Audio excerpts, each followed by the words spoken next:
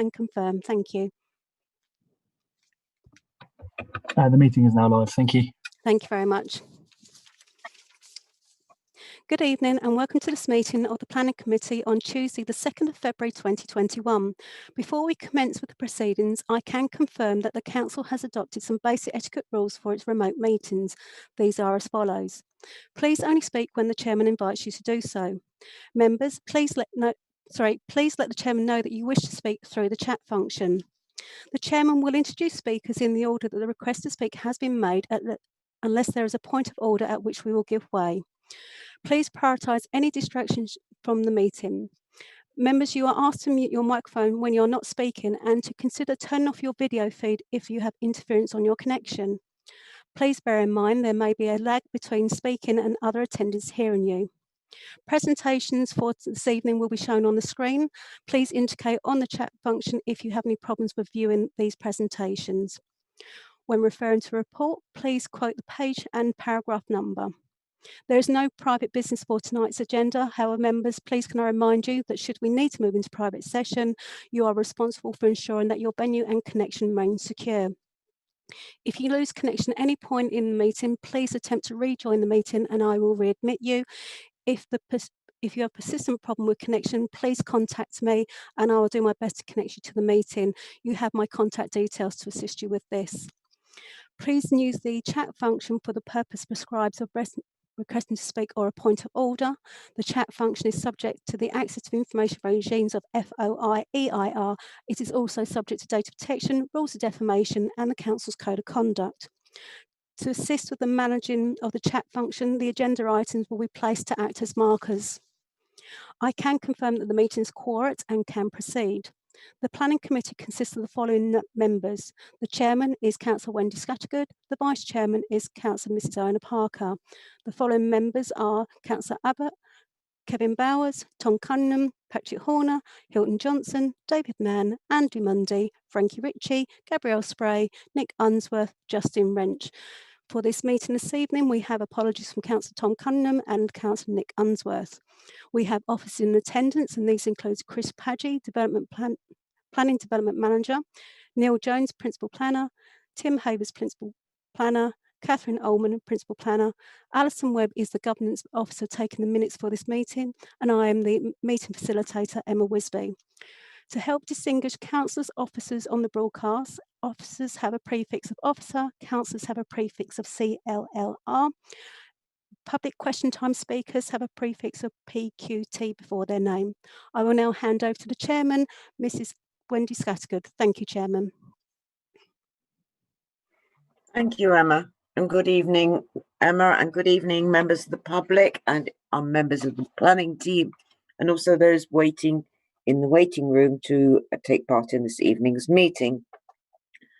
You all know the rules about contacting me on the chat line, so we'll go straight ahead with the meeting. And the first item is apologies for absence. You've already been told we have apologies for absence from Councillors Cunningham and Councillors Unsworth. Item 2, declarations of interest. Does any member wish to declare the existence and nature of any disclosable pecuniary interest, other pecuniary interest, or non-pecuniary interest relating to items on the agenda having regard to the Code of Conduct for members? I believe that Councillor Mrs. Parker wishes to register an interest. Councillor Mrs. Parker. Yes, thank you, Madam Chairman. Yes, I'd like to declare an interest, please, in the Pentlow application, which is item 5D on the agenda of 20-01107 full.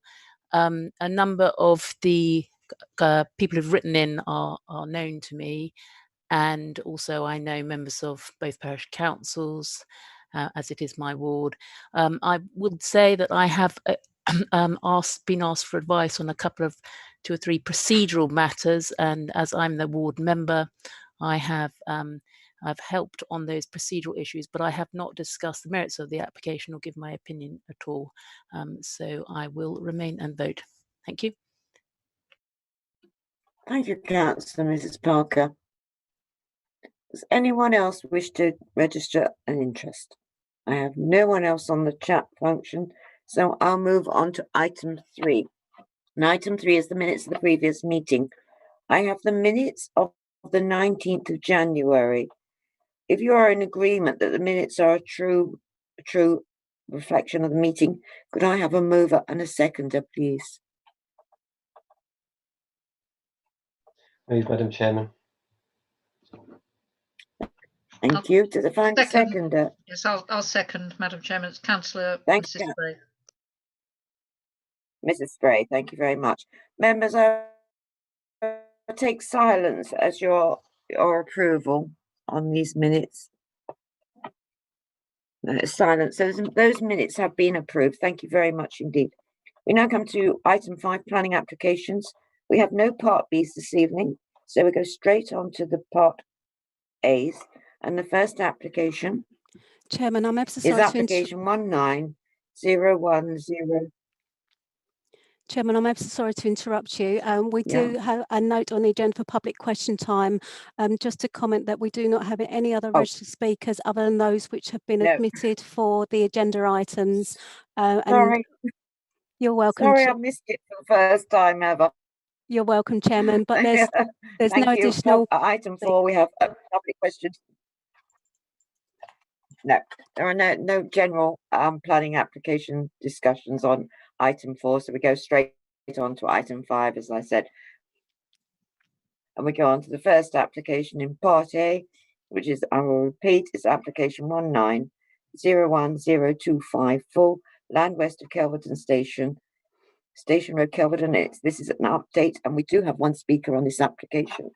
And the speaker is Mr. Alan Stones, and he is representing Kelvedon and Fearing Heritage Society.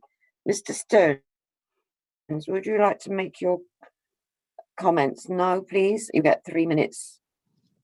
Thank you, Madam Chairman. We objected to the original application for this site on the 14th of July 2020, with a site-wide design guide on the 14th of August, and to subsequent revisions on the 18th September and 22nd November. The current revision is solely for a change of tenure to the flats, but notwithstanding, we still object to the application for the following reasons. There was a lot of worthy analysis of local vernacular houses in the site-wide design guide, none of which was apparent in the building forms proposed, which are universally deep plan with shallow roof pitches and tiny chimneys, more typical of the Eastern Avenue than of Kelvedon. There was a lot of reference to the Essex Design Guide, but again, none of the principles are apparent in the approved site layout. The primary road of detached houses is at a lot higher density than is advised by the Essex Design Guide, which is 30 dwellings per hectare instead of a maximum of 20, whilst the secondary roads are of uniform width and car dominated, being lined by parked cars at right angles to the carriageway, a solution advised against by the Essex Design Guide. Other than the central open space, no places of identity have been created within the layout. All in all, the applicant has failed to use local design guidance in the form of the Essex Design Guide to achieve design quality, and we feel that the council should have asked the applicant for a radical redesign. Thank you, Madam Chairman.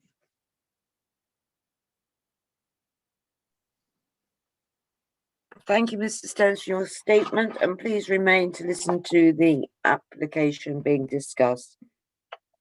There are no other speakers on this application, so I will pass straight over to Neil Jones, who is the officer that will be presenting this application this evening.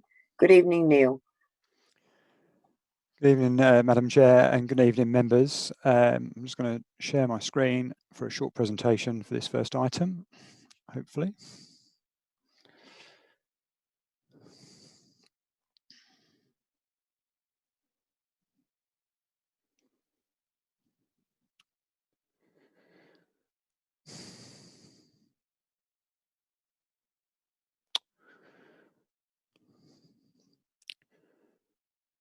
Right, Apologies for the delay there. So this first item is to update members on an application which was presented to members and for which a resolution to grant was passed on at Planning Committee in December. So it's land west of Kelvedon Station, which is off Station Road in Kelvedon. So this is a full application for 238 new dwellings, a mix of houses and apartments, along with, as you can see there, associated gardens, parking, new access off Coggeshall Road, areas of public open space, a SUD system and associated development. So this is the application site. So just to remind members, this is the railway station just to the south of the site here. The site access is coming up here of Coggeshall Road, and this is the red line of the site here. None of those matters have changed. So the only matter which has changed is the affordable housing arrangement, and it's only in respect of the apartments which are at the southern end of the site, as members will recall. So this is the new plan. Would stress that this is a plan which officers have requested. So this isn't the applicant seeking to change what was previously agreed. I have to admit there was an oversight on my part when we presented this application. The situation we had inadvertently accepted at the time was to have some of the apartment blocks to have mixed tenure. So what we're saying there is that they were some of the blocks were predominantly affordable rent, but then within some of the blocks there was a single apartment or a single flat which would be available on a shared ownership basis. That's something which we always try and avoid on the advice of Housing Enabling Officer David Steele, and also from feedback from registered providers, and also our understanding of how mortgage lenders would view potential purchases through the shared ownership scheme. So I say my apologies for having to bring this back to members to correct a mistake and an oversight on our part, but we have agreed with the applicant to change the situation. So all of the houses stay as they were in terms of tenure. It's only the apartments at the bottom, and it's a total of 10 flats that we're changing. I'll just change the screen. So this is the this was the scheme that members would have seen before. So if you can just see, it's not particularly clear, but just looking at this block here, which I'm pointing at, you can see the red denotes affordable rent, but there was a shared ownership flat within that block. So like I said, for the reasons that we've set out in the report, we didn't think that's appropriate. It was and something we've sought to correct with the applicant. So what we have done is we've changed it. So this block that I was just highlighting there is now, as you can see, only affordable rent. And what we've done is we've moved the shared ownership. So the shared ownership flats, which were scattered across a number of different blocks, are now within this block A, which is just on the left-hand side here. We still have one block where there is a degree of mix, if you like. So this block here is affordable rent at the front. This is a single apartment, which is a flat over parking spaces. So that's got its own separate entrance, and we're quite comfortable with that arrangement. So that's the only change. So like I say, it's a total of 10 flats where we're changing from affordable rent to shared ownership. So the total number of shared ownership units and affordable rent units stays the same. It's just their distribution across the apartment blocks at the bottom of the site. So we just included a couple of other updates for members, just so you're aware of how things have progressed since we came to present this in committee in December. So the habitat regulations assessment, I can confirm that has been approved by Natural England now, which we thought would be the case, but we didn't have that confirmation back at December committee. The 106, I'm really pleased to say, is agreed after quite a lot of work on both the applicant and District Council and County Council's part. So subject to the resolution being approved tonight, we can quickly move that to complete and allow the planning permission to be granted. We have sent round today, and apologies, it was quite late, but an update on the 5-year housing land supply position. So that is a material change, and it's something which we obviously needed to make you aware of before you make a decision on the application tonight.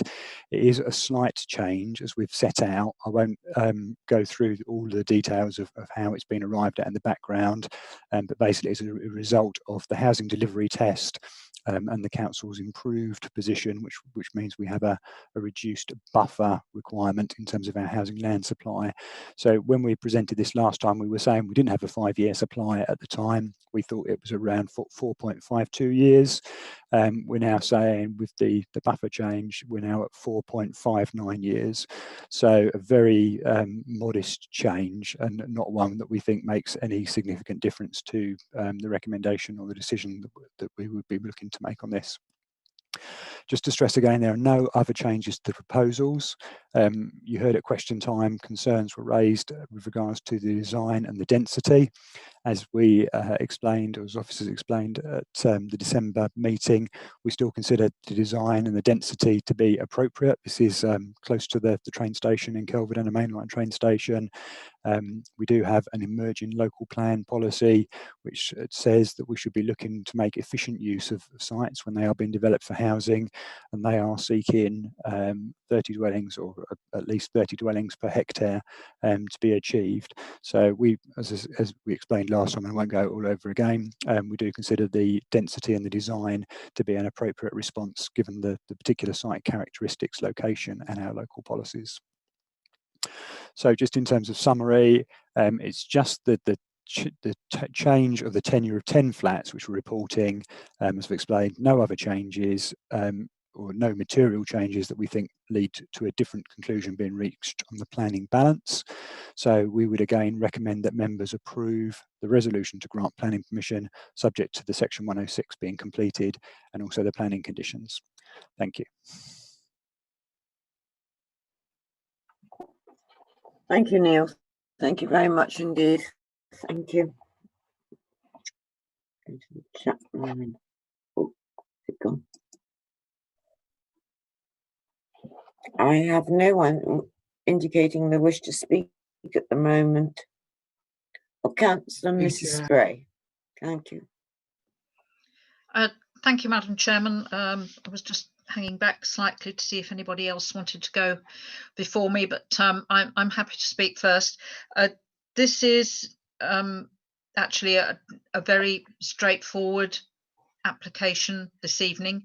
It is, as Neil very well described, just a change to the situation, the layout of the flats, which actually I think does make sense. It does make it a lot more acceptable, and I appreciate that there have been comments from parish council and so on about the wider development, but that has all been agreed in principle, and tonight this is just about the relocation and resiting and layout of those flats. So I don't honestly think I have anything else to say. Our housing team are happy with it, so are officers.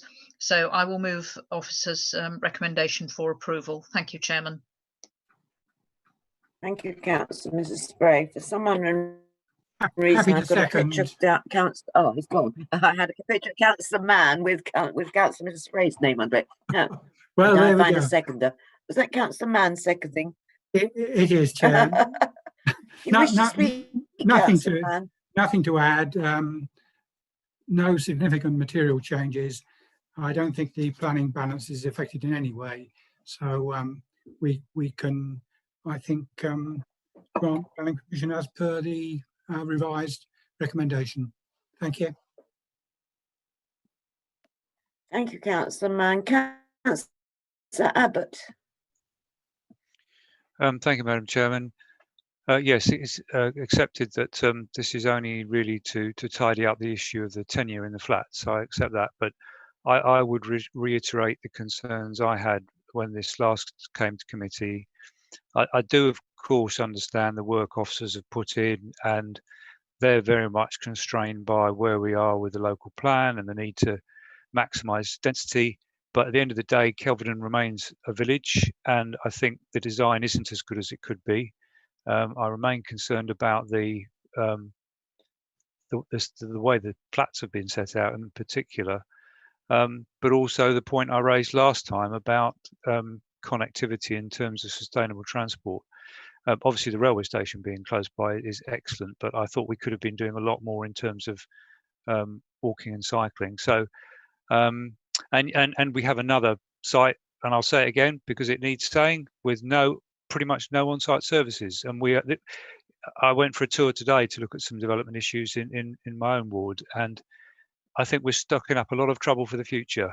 We have got many sites like this coming forward where they don't have a school, they don't have a shop, they don't have a doctor's surgery, they don't have a community hall, and all of these sites are relying on all the existing services. So I just make that point, and I think we're still some way away from actually delivering sustainable development, and I don't think this site represents that. Thank you.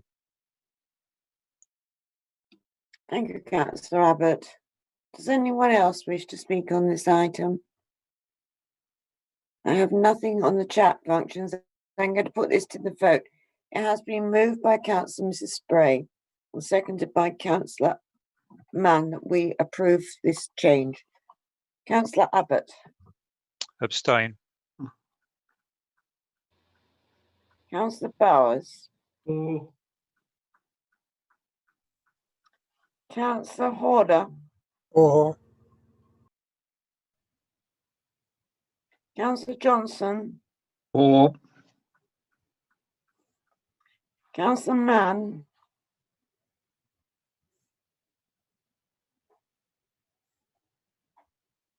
Councillor Mann, you're muted.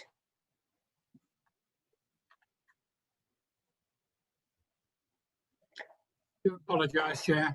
For. Thank you. Councillor Monday. For. Thank you, Councillor. Councillor Mrs. Parker. For. Councillor Ritchie. For. Councillor Mrs. Spray. For. And Councillor Wrench. For. Thank you. Members, that application has been granted with one abstention and the remaining members approving. Thank you very much, and thank you, Neil, for your presentation. Chairman, if I may. We now go on to item 5B, and I do believe we have people to bring into Sorry, apologies, Chairman. I do apologise for interrupting you. Could I please just remove Mr. Stones from this portion of the meeting and thank him for his attendance this evening, and just to admit Mr. Webber for this next item. Thank you. So thank you very much, Mr. Stone, on behalf of the members of the Planning Committee, and for your attendance this evening. So thank you. I'm just coming to. And Mr. Webber is now joining the meeting. Thank you very much, Chairman. Thank you. Mr. Webber, are you with us? Yes, he is. We now come to application 5B. This is the application 20000906 REM, land north east of Gleneagles Way, Hatfield, Peveril. This can be found on pages 101 to 134. And we do have one speaker, and we have Mr. Chris Webber, who is the applicant. Mr. Webber, you have 3 minutes. Thank you very much indeed. Good evening, councillors, and thank you, Chair, for the opportunity to speak today in support of our Reserve Matters application for 100 homes in Hatfield Peveril. Outline permission was granted in July 2019 by the Secretary of State, following the call-in of this committee's resolution to grant consent. Whilst this outline application allowed up to 120 homes to be built on the site, due to the A12 widening proposals, we have worked with Highways England to future-proof and safeguard a portion of the site to the north to help realise these improvements in the future. This has therefore meant our Reserve Matter scheme only seeks permission for 100 homes. The application before you is the culmination of extensive collaboration and engagement with Braintree officers, Hatfield Peveril Parish Council and local residents. As a result of this iterative process, the scheme is a well-designed addition to the village that reflects the density and character of the neighbouring Gleneagles estate, while simultaneously taking design cues from the village's diverse wider character. Hatfield Peveril Parish Council conclude that the application has considered the character of the parish well, and it meets the requirements of Neighbourhood Plan Policy HO1, which is the design of new developments. All of the homes are fully compliant with the nationally described space standards, and we are proposing a full complement of 40% affordable housing. These homes are all tenure blind in appearance and evenly distributed in 3 clusters across the site, in line with the requirements of the outlined Section 106 agreement. The affordable housing contains a mix of homes ranging from 1 to 3 beds and includes the provision of 2 fully wheelchair accessible bungalows.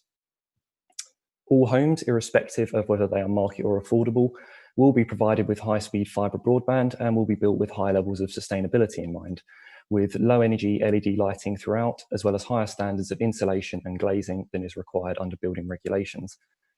Every home will also beat even the optional building regulation standards by achieving 105 litres of water usage per person per day through the fitting of low water volume white goods. All homes will be provided with ducting, allowing occupants to easily install an electric vehicle charging point in the future with the help of a government grant. And to further facilitate the move towards a low carbon economy, a dual electric vehicle charging point is also proposed in the centre of the development, accessible to both new and existing residents. Landscaping and ecological benefits have also been at the forefront of the proposals, with an expansive 4 acres of open space providing a local equipped area of play and woodland trim trail for families to enjoy. Ecology has been integral to the scheme's design, and our plans include a bat-sensitive lighting scheme that maintains dark corridors, a relocated badger set, as well as artificial roosting features for birds and bats. To sum up, there are no legitimate material planning objections from any statutory consultee, and we have worked extensively with Braintree officers, Hatfield Peveril Parish Council and local residents to provide a scheme that is not only well designed, but which safeguards land for strategic road improvements, is fully compliant with the Hatfield Peveril Neighbourhood Plan, and meets all of Braintree's relevant development management policies. Thank you very much. Thank you very much, Mr. Webber. Please remain to listen to the discussion on the application. Thank you. Can I now move on? There's no other speakers. Can I ask Neil to make his presentation, please? Thank you, Madam Chair. So I'll just start off the presentation, if you just bear with me.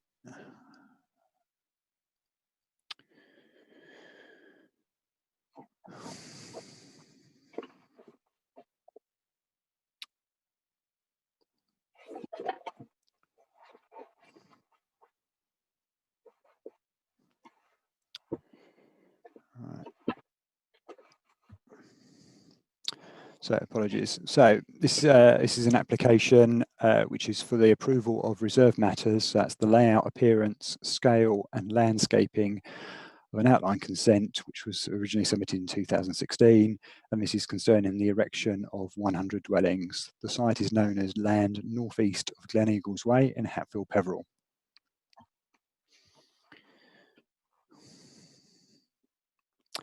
So this is the application site shown in red. So this is Gleneagles Way as you come down here. This is the A12 slip road where it comes into Hatfield Peveril from the southbound A12. So this is where you transition into the street. So the vehicular access will come in down Gleneagles Way and then come into the site through here. So you'll see, or you heard at question time, and you'll have seen in the report about the whole site not being developed due to the A12. So you can see here the applicant, excuse me, the applicant has shown the area of the original application site here, which is now not being developed in blue. So we're concerned with the red area here. This is where the 100 dwellings will go in. And this slice of land at the top, as you heard, is being safeguarded as part of Highways England's plans for the A12 project. So I'll start off with the development layout. So you can see, as I was explaining, we've got one vehicular access coming into the site, which is coming in through here. We do have a pedestrian and cycle connection here. And we also have a footpath which continues from, a path which continues from the site to the south and connects to the public right of way. We've got a retained landscape belt, which I'll come back to later, along the eastern boundary here. And you can see we've got an arrangement of open spaces. So we've got a number of greens. As you can see, one down here around a square. Got a finger here as you come into the site. Got an additional area at the northern end here, and you've got a larger area at the bottom here, which is where the equipped play area will go. So this plan is just showing the public open space that is available on the site, so all coloured in green. So as you can see, quite a substantial amount of open space relative to the amount of development. And that was something which was established through the outline. That was always going to be the intention, and the Reserve Matters has followed through on that. So in terms of building heights, the housing will be almost exclusively two-storey, the only exception being a couple of bungalows, which are just located down here in sort of the southwestern side of the site, just at the back of Woodham Drive. And this is just to show the housing tenure within the site. So as you heard, the 106 agreement required that the affordable housing be provided in 3 separate parcels. So we've got a parcel at the northern end of the site here. We've got a parcel just clustered around 2 sides of the green here. And then we've got a 3rd cluster at the bottom here, which is overlooking the open space at the southern end of the site. So just some photographs to re-familiarise members with the site, or for anybody who hasn't been out due to current restrictions. So this is looking from the northeast corner, so the top of the site, looking back down. So this is the hedge line or landscape belt, which is on the eastern side of the site. So you can see previously an arable field. I think some ground investigation or possibly some archaeological work has been done recently, which has resulted in the field getting turned up a little. But you can see the existing edge of the village over here. So Birkdale Rise, Wentworth Close and Ferndown Way, just in the distance. This, and then we've got another hedge, as you can see at the bottom. This is a property called Small Acres, which is beyond. So you can see a largely flat site, few constraints within it, ecological value largely concentrated around the external boundaries of the site, where you've got some grass margins, trees and some hedgerows in places. So, and this is just looking from the western side of the site, sort of about halfway down, just looking across, just to try and give another sense of that landscaping that's on the eastern side of the site there. And here you can see it. So we've got some different sort of planting as you go along. So we've got a thicker belt of planting towards the northern end, and then we've got a row of trees further down. Trees largely to be retained. The belt to the north will have some work done to it, which again I'll come back to later. Actually, I'll come back to it now, sorry. So what we've got is around the edge of the development, as well as the areas of open space that I highlighted on the layout originally, we've got a leisure path which sort of runs around the outside of the site coming down this side. So what we're doing is we've had a tree report completed by the applicant, which shows how the path will sort of pick through some of the existing vegetation. So there will be some removal as you come through, but that will be a leisure path coming down the edge with some sort of outdoor gym equipment as well as part of the open space offer. And then just around some of the other edges, this is just to show some of the other tree removals. So there's certainly some tree removal down here to continue that path through. Some of the hedges in places have sort of overgrown the boundary, so there'll be some removals around the edges here, just taking it back to the boundary. And there is an issue which I'll come back to again later along Woodham Drive here. We've seen a lot of quite a lot of reps and concerns from neighbours about the ability for them to maintain a hedge at the back of their property, but I'll come back to that later on. So, sorry, I keep saying I'll come back to it later on the next slide. So this is the properties at the back of Woodham Drive. So you can just see out on the photo on the left-hand side of the screen, you can see a wooden fence. Now that isn't actually the boundary of the properties, as the residents there have been keen to point out. Their land includes the hedge which is being planted at the back. So that was a planning condition, I think, when the gardens would have been extended. And they have a right of access over the land to be able to maintain the hedge. So what you'll have seen within the application papers and the layout is along there where you've got houses and the development sort of backs onto that hedge. The developer is proposing an access strip, a gated access strip, so it'll be enclosed by fencing and gated for those residents of Woodham Drive to be able to get round and maintain their hedge. So it's around 1.5 metres in width, and like I say, it will be controlled, so it will only be the residents that will have access to that, and that maintains their right to access their land to maintain the hedge.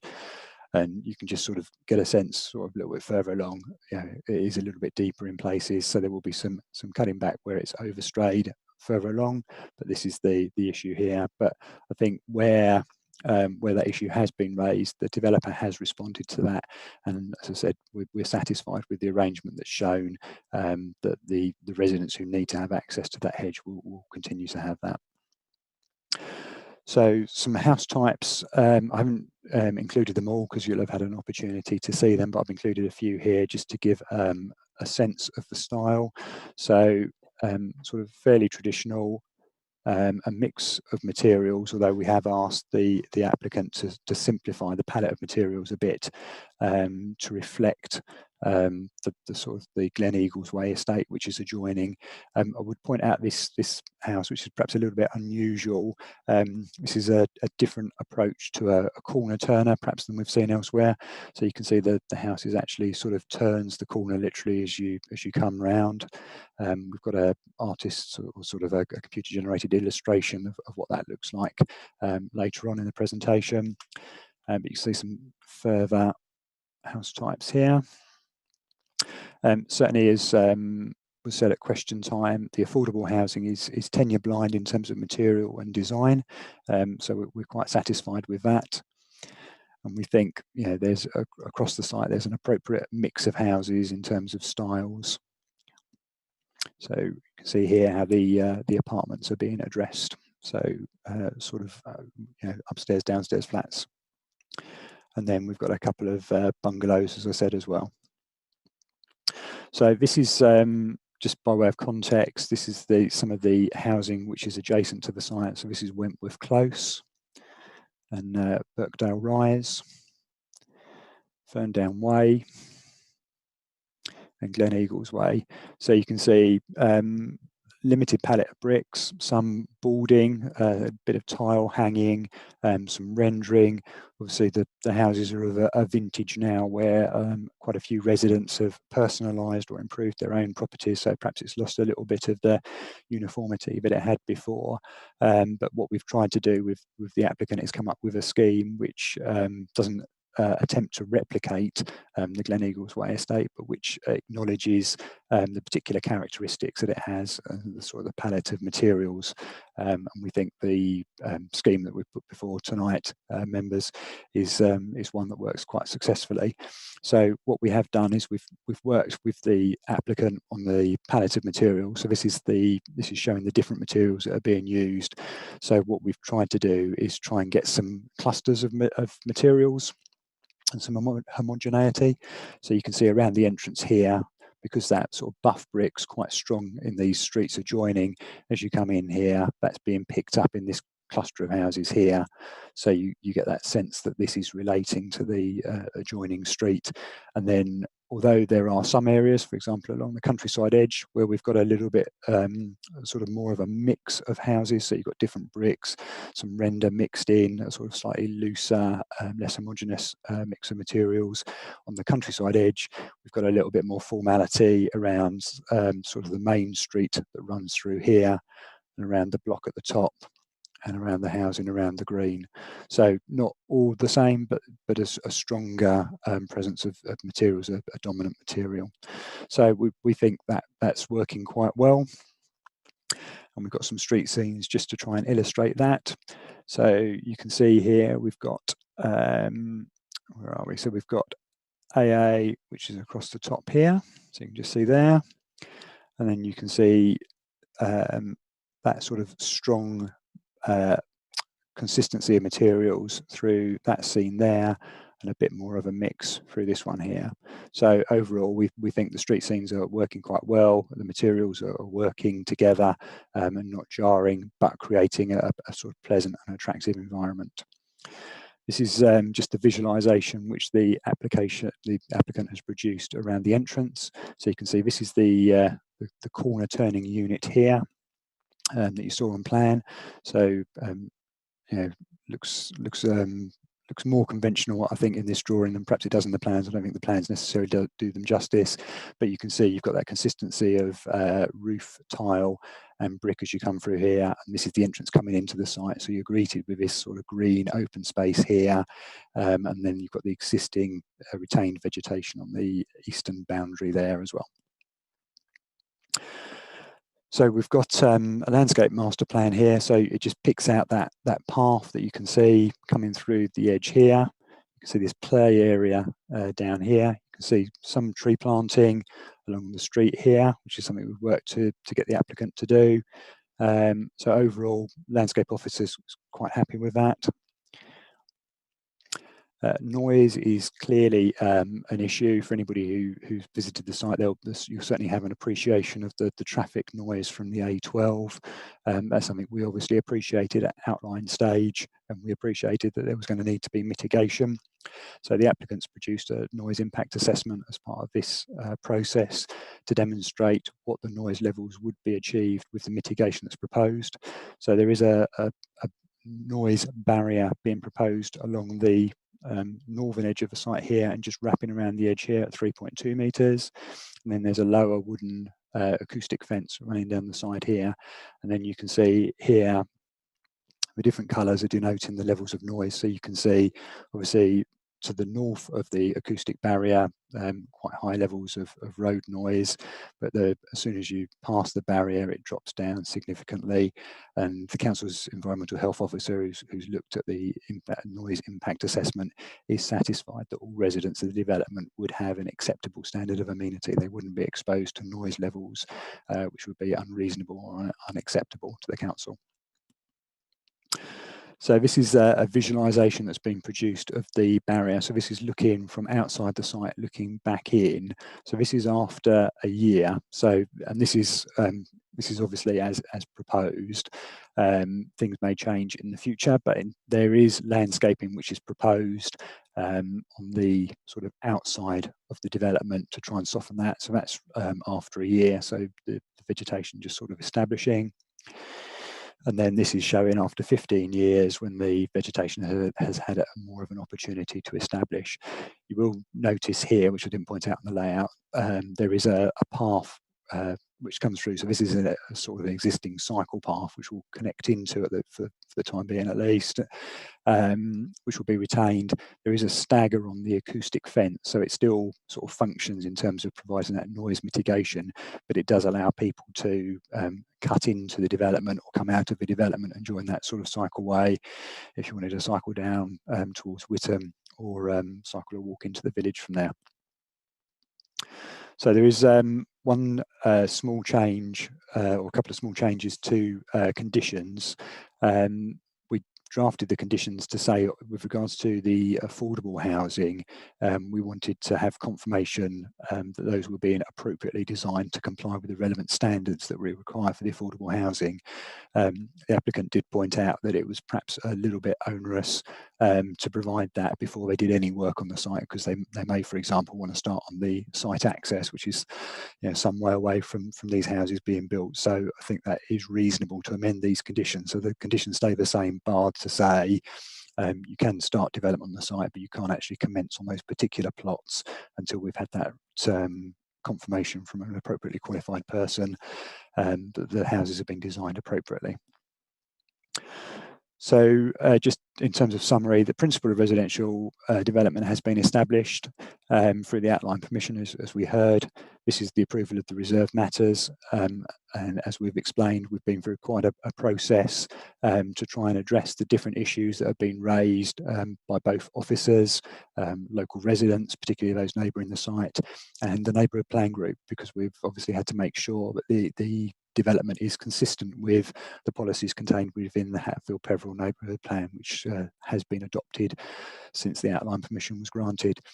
We've had particular concerns from residents, as you've heard, about Woodham Drive and that boundary there. I think the other sort of large issue, or principal issue we've probably had in terms of the layout has been the pumping station, which is in that open space at the southern end of the site. Because of the sort of levels and the topography, it's not possible to drain the site without a pumping station. So there is a need to actually have that to be able to get foul water and surface water off the site and into the drain at the approved point. That pumping station is being enclosed within a brick wall to try and screen it. There is some landscaping around it, although that needs to be limited because of the planting, etc. But we are satisfied that it is being built in accordance with the adopted standards for a pumping station. It will be adopted by Anglian Water. We understand there will be safeguards built into it. For example, there will be 2 pumps. So if in the event that one pump fails, the second pump can kick in. It will also be monitored by telemetry, so that if there is an issue with pumping at any point, then Anglian Water's control room will be notified straight away and an engineer can be dispatched quickly. So the environmental health officer is satisfied with those sorts of measures in place, and the distance from dwellings, that is acceptable. The A12 road improvements have been accommodated, so we've had no objection from Highways England when they've been consulted, and they certainly engaged over quite a period with the developer before the application was made, so that everybody was satisfied that the development responded suitably to Highways England's plans. So we've had quite a few changes. We have consulted them all the way through. We've noted those representations and objections that have been received. But on the whole, we think that the scheme before us now is an appropriate and reasonably sympathetic design. And we would recommend that members approve the reserve matters, just subject to the revision to those 2 conditions I mentioned earlier, conditions 15 and 16. Thank you. Thank you, Neil. Thank you very much indeed. Thank you. It's very, very detailed. Thank you. We got on to the chat function.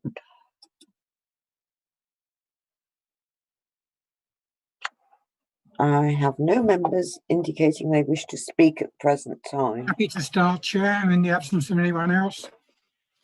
Yes, thank you, Councillor Mann. Well, I note there's no objection from statutory consultees, as was pointed out, and that includes county highways on parking and highways considerations generally.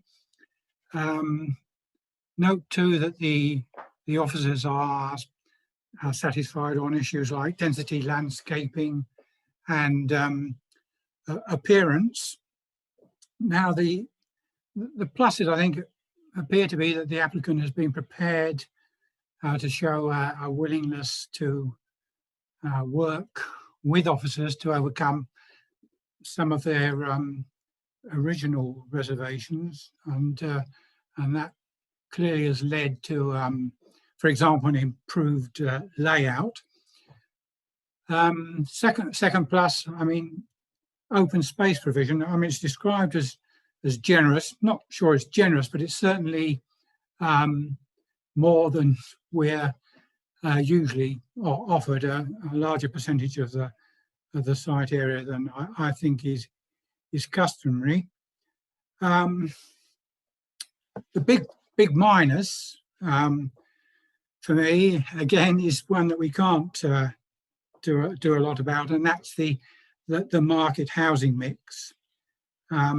I think we can share officers' frustrations that there are no 1-bedroom properties for sale, only 2 out of 60 2-bedroom houses, but 56 3- and 4-bedroom homes, which again will financially be out of reach of local people starting out on the housing ladder. I'm pleased that officers continue to try to persuade developers that we need cheaper 1 and 2 bedroom properties for sale, and I hope that they don't give up on this. But overall, this is a long history.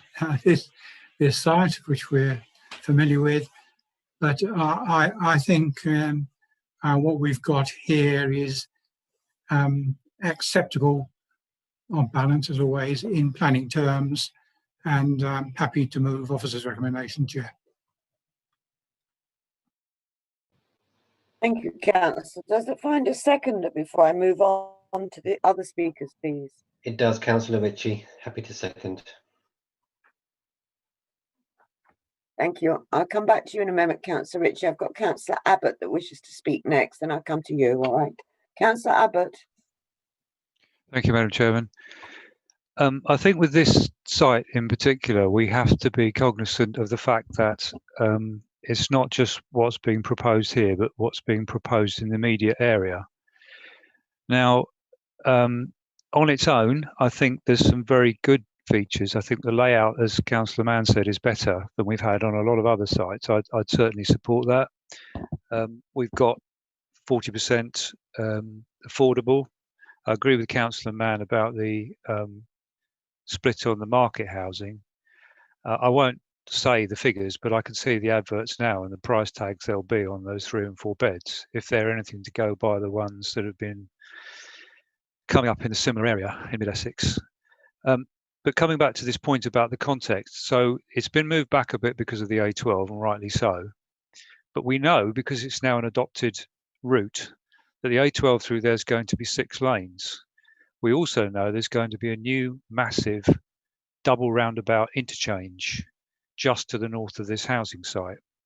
So whilst I appreciate officers have to deal with the environmental conditions as they are, I would be concerned for the living conditions, particularly for those people who are living particularly on the northeastern side, of how close they're going to be to the A12 and to this massive new interchange.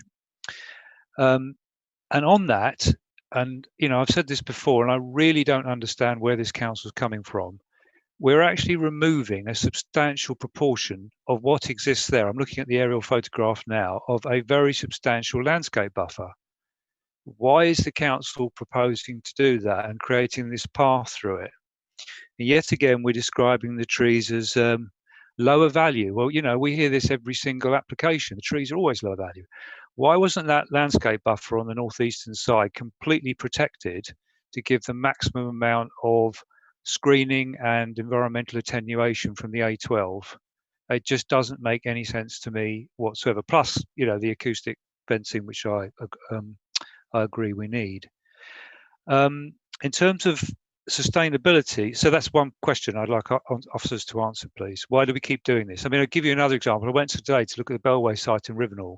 Almost the entire side of what was a beautiful, mature mix of hedge and trees has been ripped out, and officers took the view that the best thing to put in its place was some standard trees, which are going to take 20 to 30 years minimum to replace what was there, but there's no understory, and we're told that's better screening for a listed building than what was there before. And here we appear to be saying that what's being proposed is better than what's there now to protect from the A12. I don't understand the logic, because in this case, clearly there's an imperative to protect. In terms of other sustainability features, I noticed the developers are saying they're going to go above building regs. That's good. I welcome that. But it's a shame, as per the village design, neighbourhood plan, that they've not gone the whole hog on car charging points. I know they're going to put the ducting in, but it's a shame they've not taken that next step. And I think that's yes. Can officers say, so this is my second question, the developers have gone out their way to say there's going to be a very careful lighting design scheme, friendly, that's all very good, but I couldn't see any specific design details on the file. It might have been because there's 238 documents and I couldn't find it amongst there. But if officers could just update us on that, please, because there's no condition. So I know it says, we're granting permission on the basis of various plans. So are those details in those plans, or do we need a specific condition? So 2 questions, please, Madam Chairman.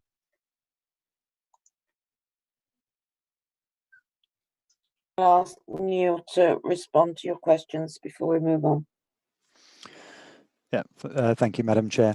With regards to the removal of vegetation and Councillor Abbott's first point, so I don't know if you can recall the photos that I showed.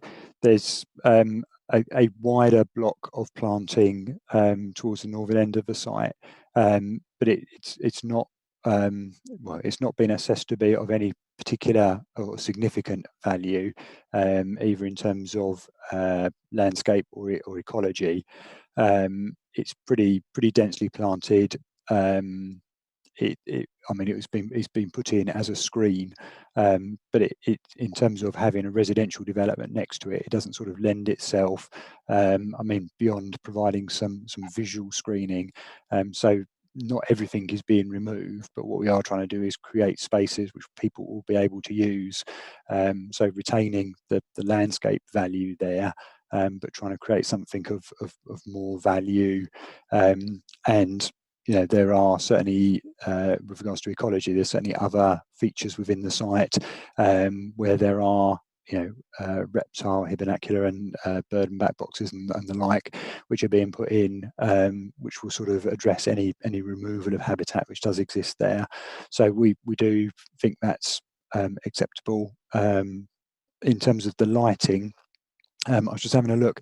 There are a number of lighting drawings and details on there. I was just trying to have a quick look through to make sure we had everything. Certainly my recollection was we had what we needed and we'd listed them as approved plans, so we hadn't sort of required any further details, but I can certainly have a quick look and make sure that's the case. But I was just doing that as Councillor Abbott was talking, but I didn't get to look through all of them, unfortunately, because it came back to me before I'd finished, but I can carry on doing that. But I think hopefully that's the 2 issues, so the hedge removal and the lighting. Thank you, Neil. Thank you. Councillor Ritchie. Thank you, Madam Chairman. Yes, I agree wholeheartedly with what Councillor Mann mentioned. Just to add to that, obviously it is additional housing in an area that's already got some substantial developments going on. It's just my hope that it allows residents in that area to take the next step on the housing ladder, and that might perhaps free up some housing for those wanting to get onto the market within that local area. I think it is positive that they've taken the bold step in allowing for electric vehicle allowance. I know it's not mandated yet. I know it's not as part of any kind of planning conditions nationally under the framework. So I think they're being fairly kind of bold in taking that kind of first step in making that provision, so that those that might want to choose to have an electric vehicle can do so without too much adjustments to their homes. And lastly, I think the fact that they've worked with the local neighbourhood plan as well shows due consideration, and I think it'd be remiss of us not to give that in itself some merit, that they've actually worked not just alongside BDC planners, but also alongside those who constructed that neighbourhood plan too, to give it its credence and worth. So more than happy to second and recommend for approval. Thank you, Madam Chairman. Thank you, Councillor Ritchie. And now come to Councillor Mrs. Parker.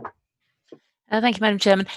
Yes, I'm going to echo actually a lot of what's been said already, but just briefly, I think just commend you for the work you've done on the design and the layout, both the planning officers and also the applicants. I do think you've got a nice design. I particularly like the entrance with the green spaces you come in, and I think that's a really nice way of approaching a corner with that design of house. So I think that's definitely to be commended.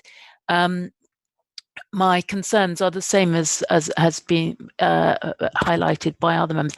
I mean, this issue about the housing mix, and I note that the officers have said they're very disappointed, and I can see why, really, because I mean I just find that the lack of smaller, more cheaper, and I will use the word cheaper, housing for people who are starting out in the market sector, it's just not there.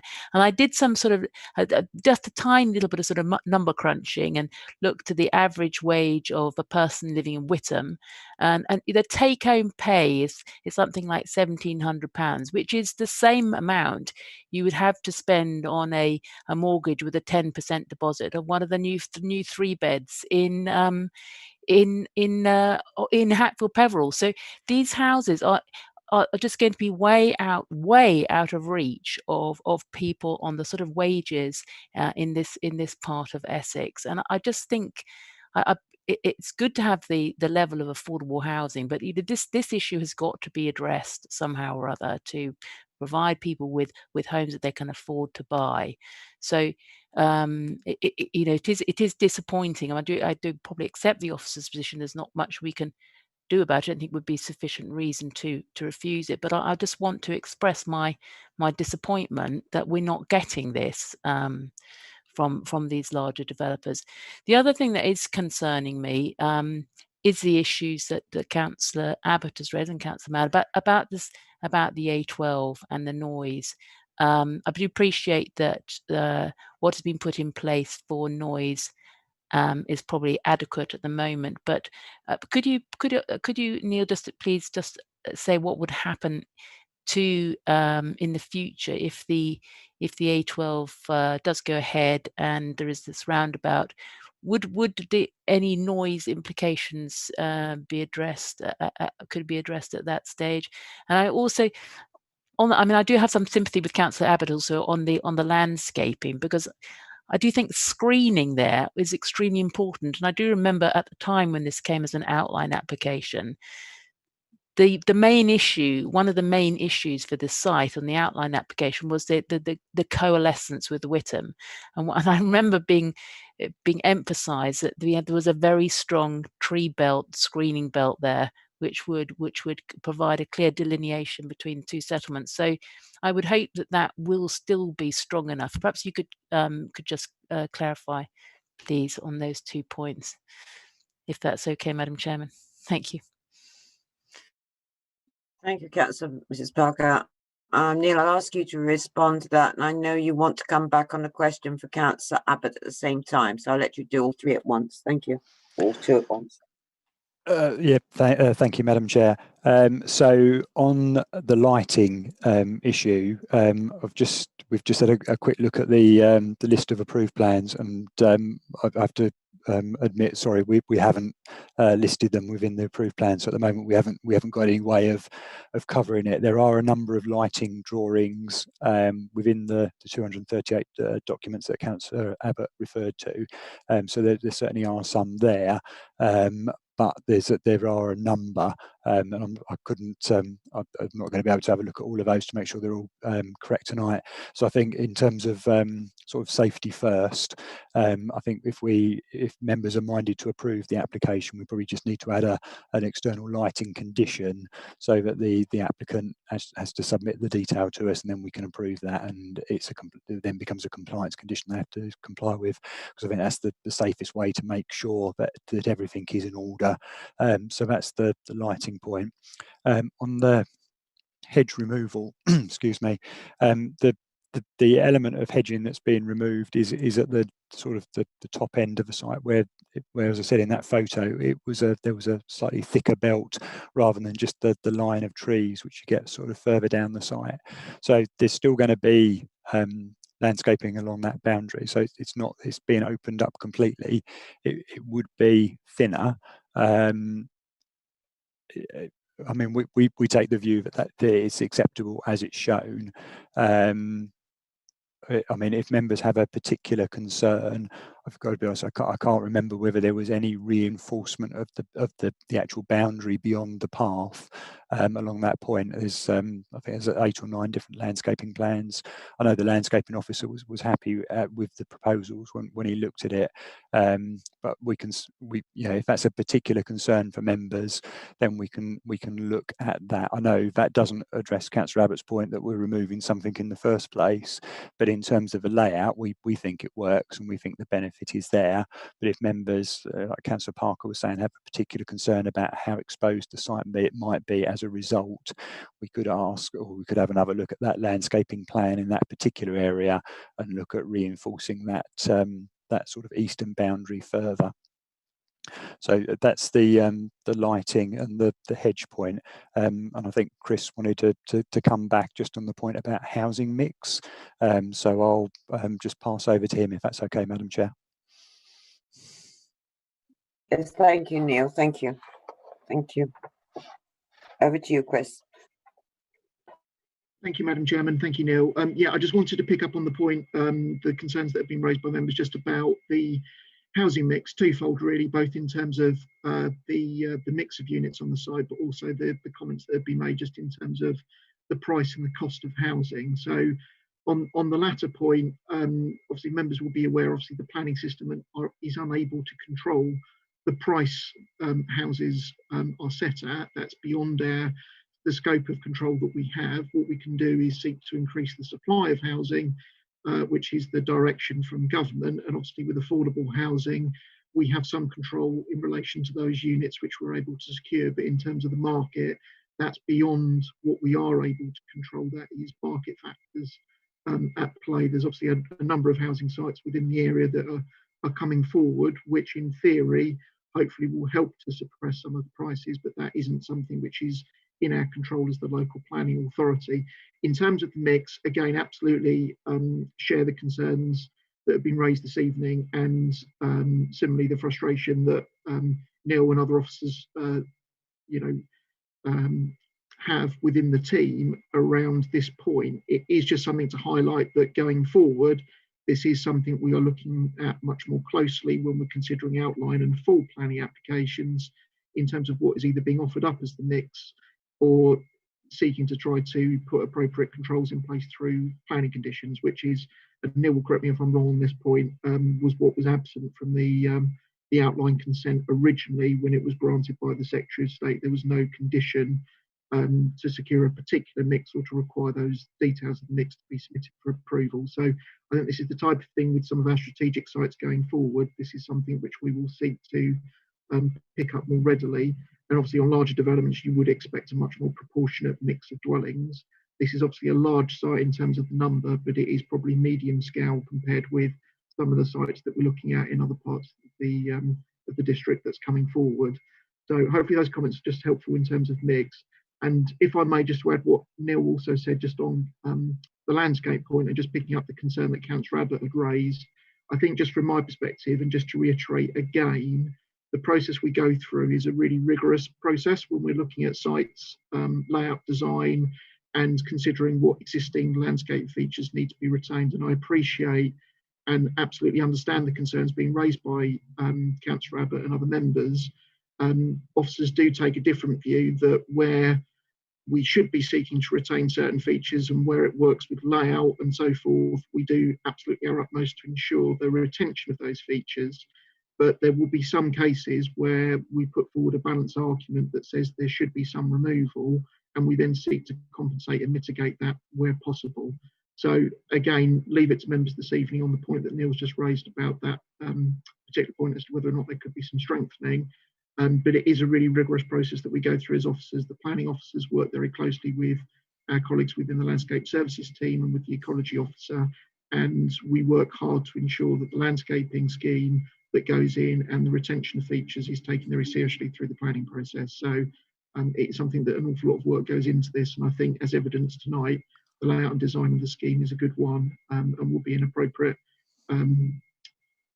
addition for this part of Hatfield Peveril as a reserve matter submission. So commend the work that Neil and colleagues have done along with the developer actually, because they have worked with us very hard to get to this point of an acceptable layout and scheme. So hopefully, Madam Chairman, those comments were useful, but happy to provide any further clarification on those as well. Thank you so much, Chris. Thank you. Councillor Abbott, I'll let you come back. Thank you very much, Madam Chairman. Yes, just on those same 2 points, the correctly worded condition, I think we'd need, if I'm interpreting it right, on the bats and the lighting is on page 153 in another application. However, as we'll come on later, the old incorrect ones appeared on the Pentlow application with all the wording jumbled up.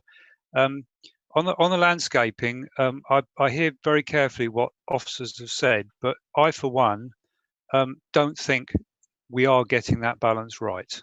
I've said it before, and I'm going to keep saying it. I don't have any professional qualifications in landscaping, but I do have 40 years experience, and half of that as a councillor as well. So I've worked with trees and hedges. And when you've got a site with almost no internal constraints, and this one has got almost no internal constraints, was a bare arable field.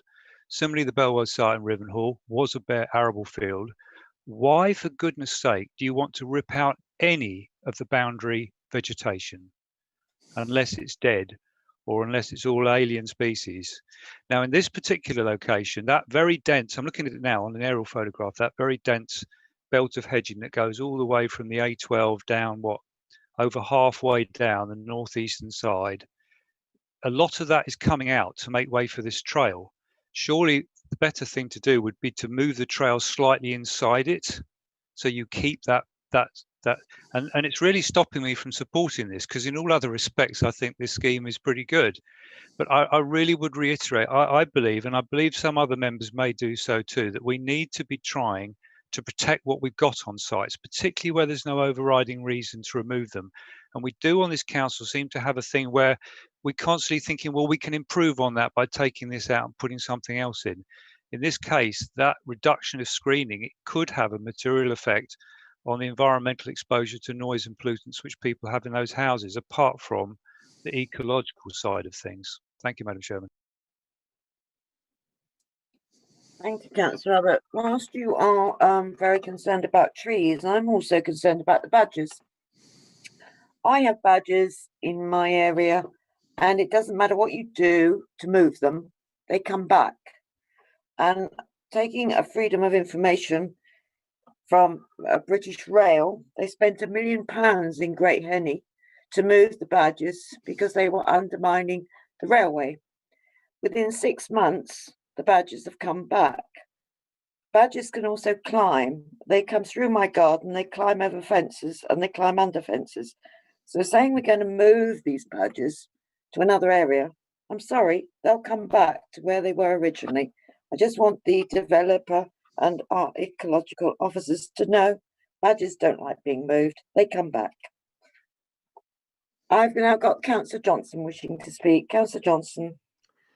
Thank you, Chair. I have to say that I've had a lot of concerns about the removal of trees on a number of sites which we've looked at. When we're actually being actively, or when we're actually promoting tree planting for very obvious reasons, I also agree totally with Councillor Abbott in this respect. I just don't understand why some paths can't be removed, etc., etc. We just need trees.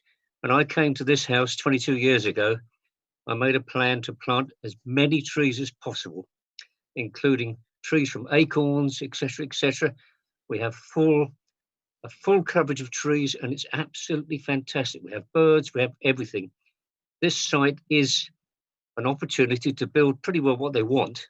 Why spoil the surrounding vegetation? I just don't get it. It's happening so many times. Not at all happy. Thank you.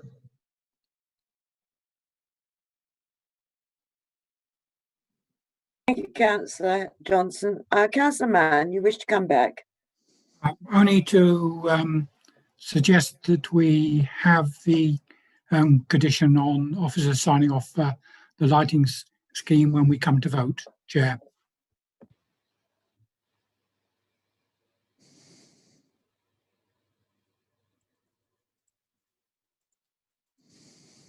Councillor Ritchie, are you also happy with the lighting condition when we come to vote? Yes, Madam Chairman, happy to support.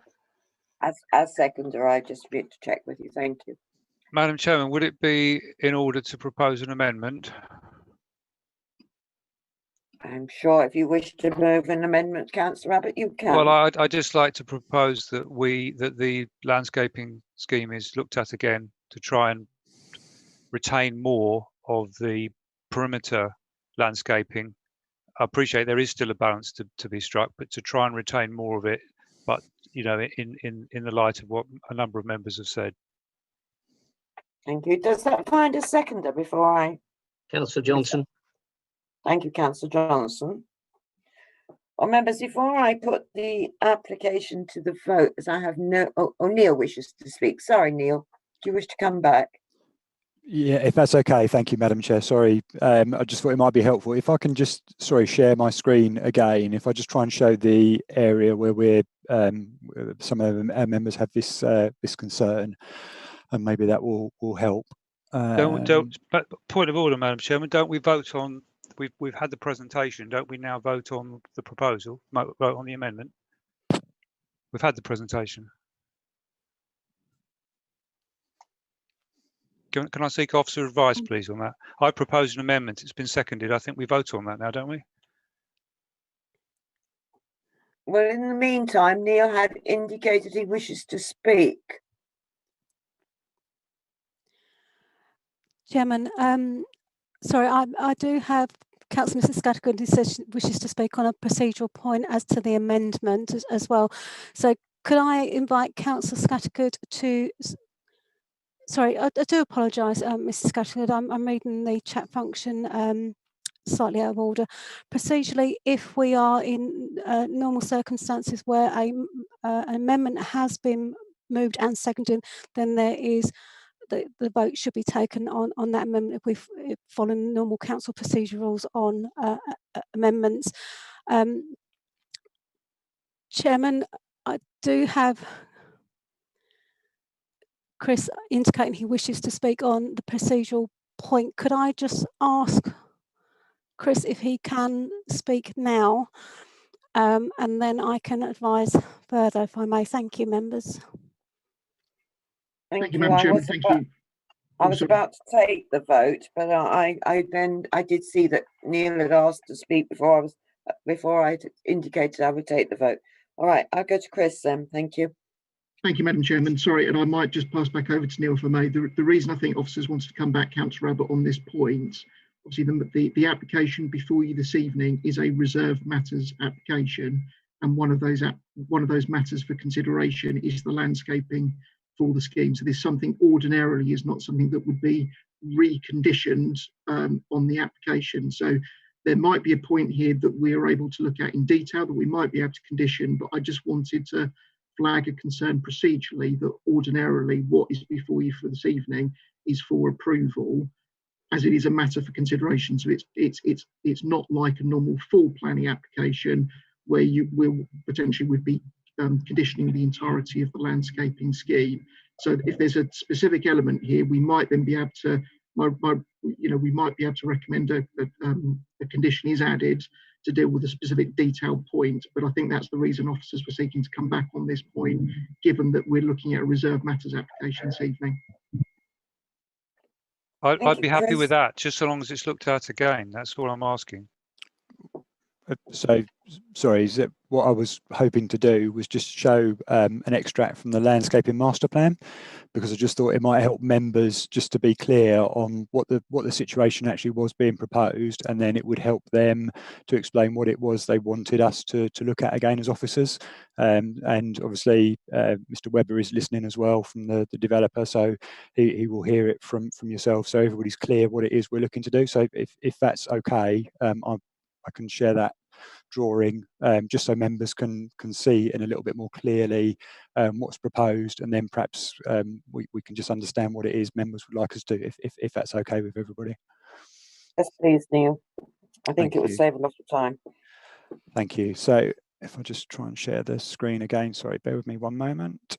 So this is the, I've just sort of zoomed in a little bit on the landscaping master plan. So this is the sort of the northern end of the site, obviously. So this is the belt that you can see retained. So the path you can see as shown is sort of picking its way through that, skirting around the outside and coming back in.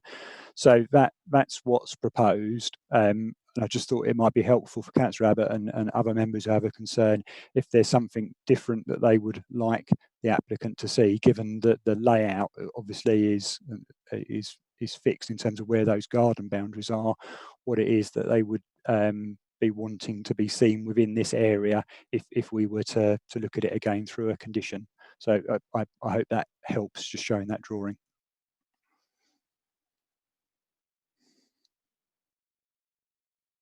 Thank you. Thank you. Councillor Abbott, do you wish to withdraw your amendment and change it to at this stage? Well, Madam Chairman, I'm looking at the aerial photograph of that very same area, and I wouldn't have raised this unless I thought there was an issue. And the issue is the way in which that path goes through there, which requires the removal. So it's not saying I'm against the path. Clearly, you need the residents to be able to have exercise. My concern is, why does the path take the route it does to remove so much of the trees? I mean, from what I'm looking at, there's a fairly continuous belt of medium-sized trees all the way through there, but the plan we've just shown has quite significant removals. That is an existing boundary landscaping feature which is providing a very good purpose, apart from the ecological purpose. So my request would be for that condition to be looked at again, to try and minimise the amount that has to be taken out. And the obvious way in which you do that is to pull that path slightly further over to the western side of it, so you're not going through the middle of it. Thank you, Councillor Abbott.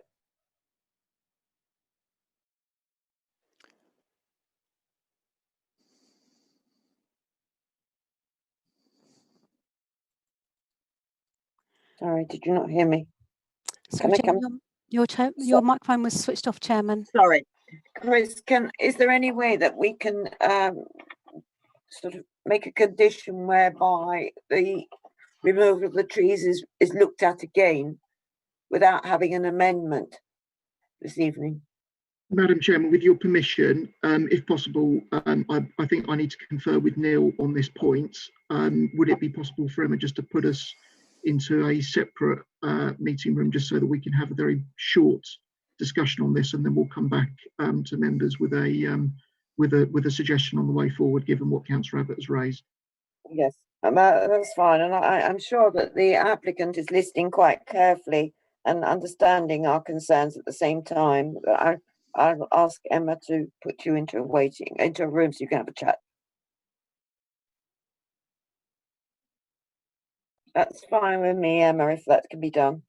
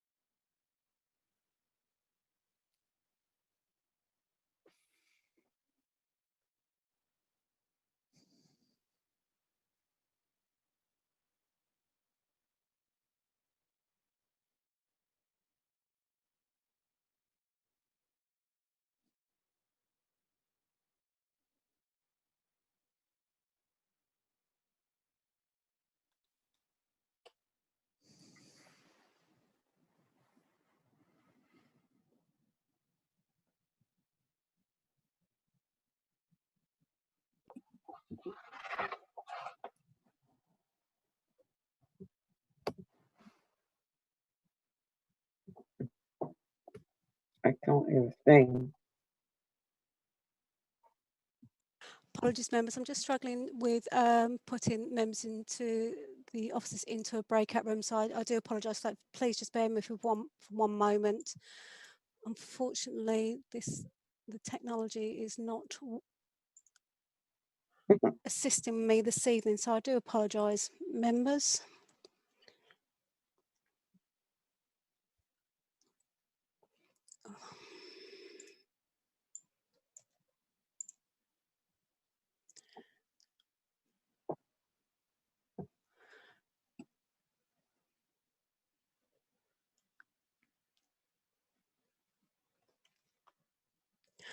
I do apologise, members. So just please bear with me that unfortunately I had a technical issue with that.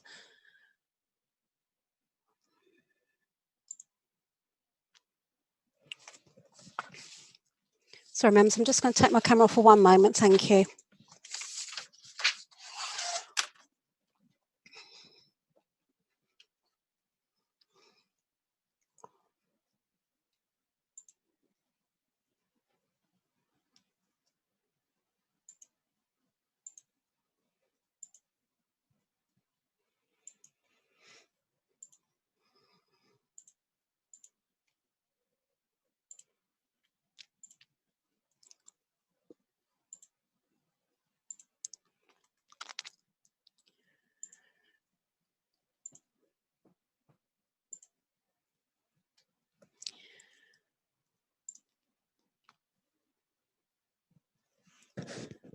Members, I'm absolutely so sorry. I've got, for some reason, I can't get Neil into a meeting room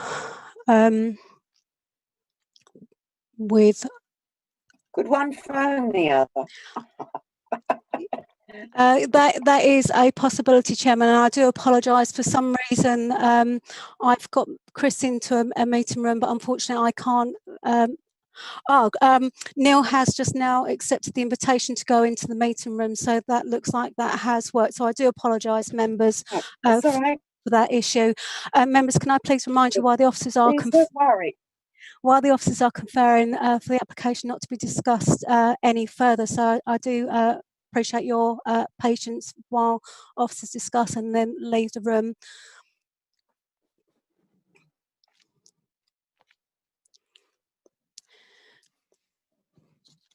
Just for the public observing via the YouTube channel, we currently have 2 officers conferring in a breakout room, which is not a public session. They've gone into breakout rooms to confer, to be able to provide some further assistance to the members of the committee in response to a question that has been particularly posed to by Councillor Abbott regarding the landscaping condition. For the time being, members will not discuss this application until officers return to the meeting. Some members have turned their camera off, obviously to preserve their connection to the meeting, and we do have other members who've maintained that is entirely normal. Hopefully officers will return back as soon as possible, but in the meantime I would be grateful for your patience while we return to the meeting.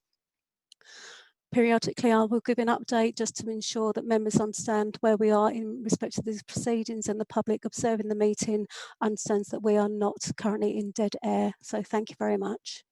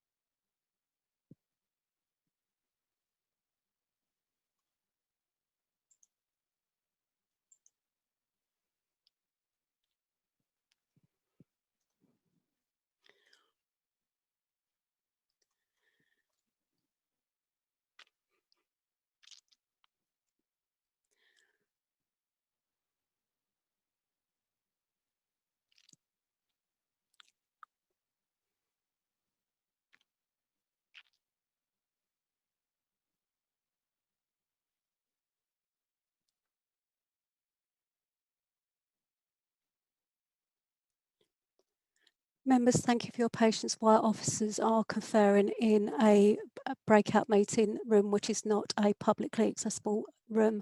They are conferring to give advice to members on the point that's been raised by Councillor Abbott. I'll be much grateful for your patience while we wait for officers to return to give their advice to members in respect of this particular inquiry that has been raised at this point of the consideration of the planning application. I can confirm that the connection to all the members of the planning committee are still connected, and the meeting remains valid for the purpose of the coronavirus regulations for transparency and connectivity.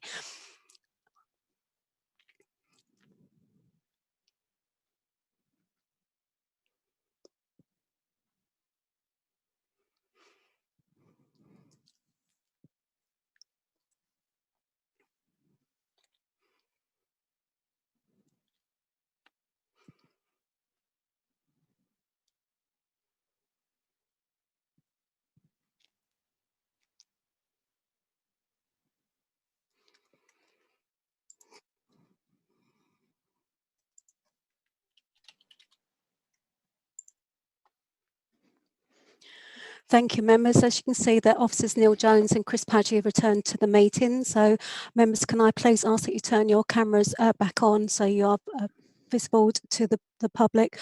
I can confirm that all members of the planning committee who were present before officers went into the breakout room are here in attendance, together with the public question time speaker, Mr. Chris Webber. Chairman, could I please ask you to invite Chris Paggi and Neil Jones to give their advice? Thank you.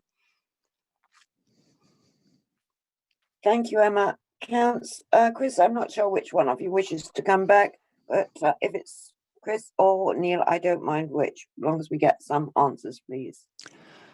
Thank you, Madam Chair. It would be me that tries to answer. So, speaking with Chris, we think we could look, if it's what members want to do, we could look at a condition which says notwithstanding obviously the approved plans, that the elements which aren't approved are, and from what members are saying, it would be the interventions within that sort of landscaping belt, so the path, any trim trail equipment and whatever. And then obviously what we would need to do, or the applicant would need to do, is to look to re-provide that path on the inside of the belt. I would point out it is, as I showed on that landscape master plan, it is quite tight in places to put a path through between the layout and the belt. But obviously, if that's what members are asking us to do, then that's what we would look to do. I don't think members are asking us to redesign the layout or move the housing blocks or the roads or anything, which would be the only other option. I mean, we couldn't clearly do that by condition. That would need to be a deferral and come back, which I don't think is what members are asking. So I think we would just welcome some clarity that we've understood what members are asking us to do in terms of the conditions. So basically leaving that belt at the northern end of the site, the wider belt, intact, not intervening within it, moving the path out of it, so moving it sort of to the west, closer to the housing, and any trim trail equipment and whatever in it as well. It looks, quickly looking at it, it looks doable. It's very tight in places, and it's really wouldn't be what was originally envisaged, but obviously that's a member decision. Thank you, Neil. I think what we're asking for is we don't want any changes to any of the rest of the plan other than this tree belt. We just don't want to lose semi-mature or even mature trees, and I think that's where Councillor Abbott was coming from. And I'm sure as the mover and seconder, Councillor Mann, and the seconder, Councillor Ritchie, are you in agreement with this procedure? Agreed, Chair. Yes. Agreed, Madam Chair. You are. Thank you. Well, I'm going to now put this to the vote, that we're going to vote for approval of the application with the exception of the path and the tree belt, which you'll have further discussions about. Is that your understanding, the mover and the seconder? Yeah. All right. Let's have a look at my list. Councillor Abbott.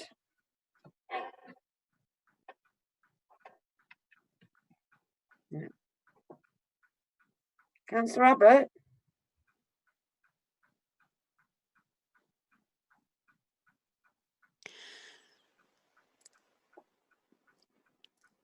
Councillor Abbott, could you just test your connection, please, because your microphone is shown as open and we can't hear you.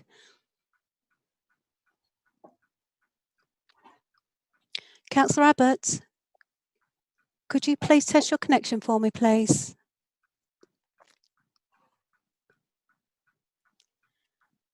Chairman, it does look like we have lost Councillor Abbott's connectivity. I've got nothing displaying to say we've got any difficulties. I'm just going to send Councillor Abbott a message.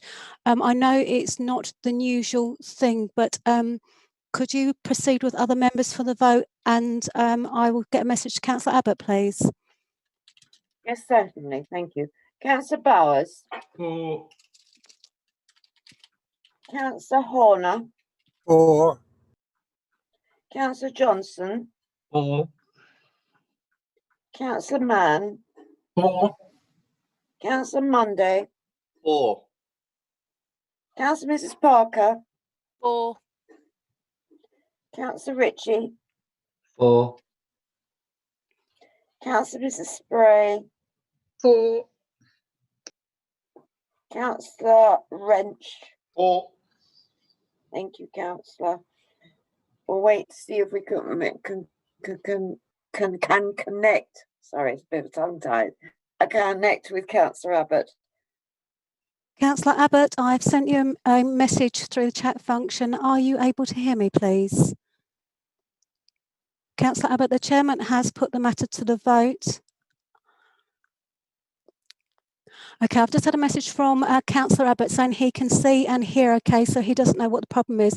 Chairman, could I know it's unorthodox, but could I ask Councillor Abbott to indicate his vote through the chat function? That way we do have a record and I will read out what his vote is on his behalf, if I may. I think that would be a very good idea. Okay, Councillor Abbott. As he is the one that... Thank you. Thank you, members. I can see that Councillor Abbott has voted for the recommendations with the amendments. Councillor Abbott, could you just give me a visual indication? That's lovely. Thank you very much, Councillor Abbott. Thank you, Chairman. Thank you, members. That application has now been granted. Thank you, and thank you very much indeed for your patience during this, but I think it's a very important issue that we dealt with. And can I thank Mr. Webber for his attendance? And Mr. Webber, I think you understand where we're coming from and how we feel about the trees. And I'll ask Emma to remove Mr. Webber from the chat, from the site, and perhaps she could bring in Mr. Fisher, who is the applicant for the next application. Thank you. Thank you, councillors. Good night. Thank you. Okay, members. Chairman. Mr. Fisher. Chairman, Mr. Fisher is actually a statement that's going to be read by Alison Webb for us this evening. Thank you. Oh, I am so sorry. I'm not reading properly. The last application obviously distracted me. Thank you. I will go over to Alison. Alison, can I ask you to read the statement on behalf of Mr. Fisher for application 20009784 Lindiswood Farm, London Road, Black Notley. Thank you, Alison. Thank you, Madam Chairman. This is the statement of Mr. W. Fisher. Madam Chairman and committee members, my name is Willie Fisher, co-owner with the applicant, my wife S.D. Fisher. We have operated a business park at Lindiswood Farm since the late 80s. From the 65 tenants, just over 50% come from Braintree District Council, the balance of the tenants from neighbouring districts. The site has a specific employment designation in the Braintree District Council's draft local plan. For a number of years, we have maintained a high level of occupancy and currently 100% occupied. There are potentially a large number of houses to be built in the district. Many of the residents look for quality of lifestyle and do not wish to commute too far. It is possible to take the bus, walk or cycle to Lindiswood from existing houses or those potentially to be built. Lindiswood offers a sustainable development with the various size of flexible and internally adaptable units, allowing a variety of different types of tenants to grow, adapt and develop their businesses long term.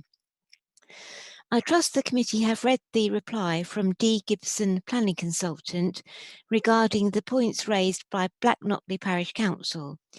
We do not believe the Parish Council have visited the site since, and disappointing that the extensive, thorough and robust supporting documents for this planning application do not appear to have found their way to the Parish Council in order to have informed their deliberations.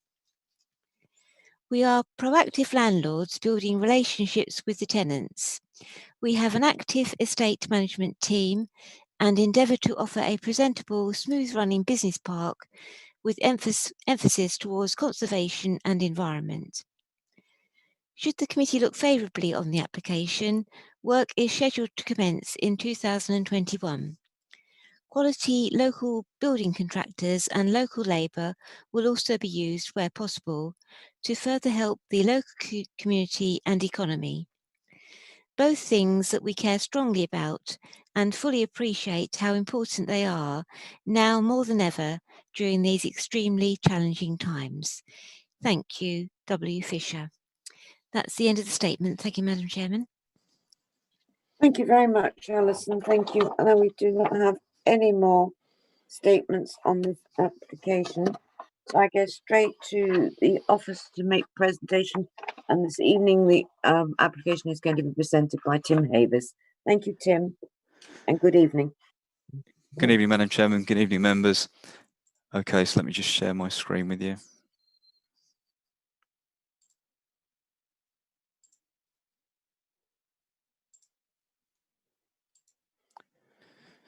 Okay, so hopefully you're all now seeing a full screen display.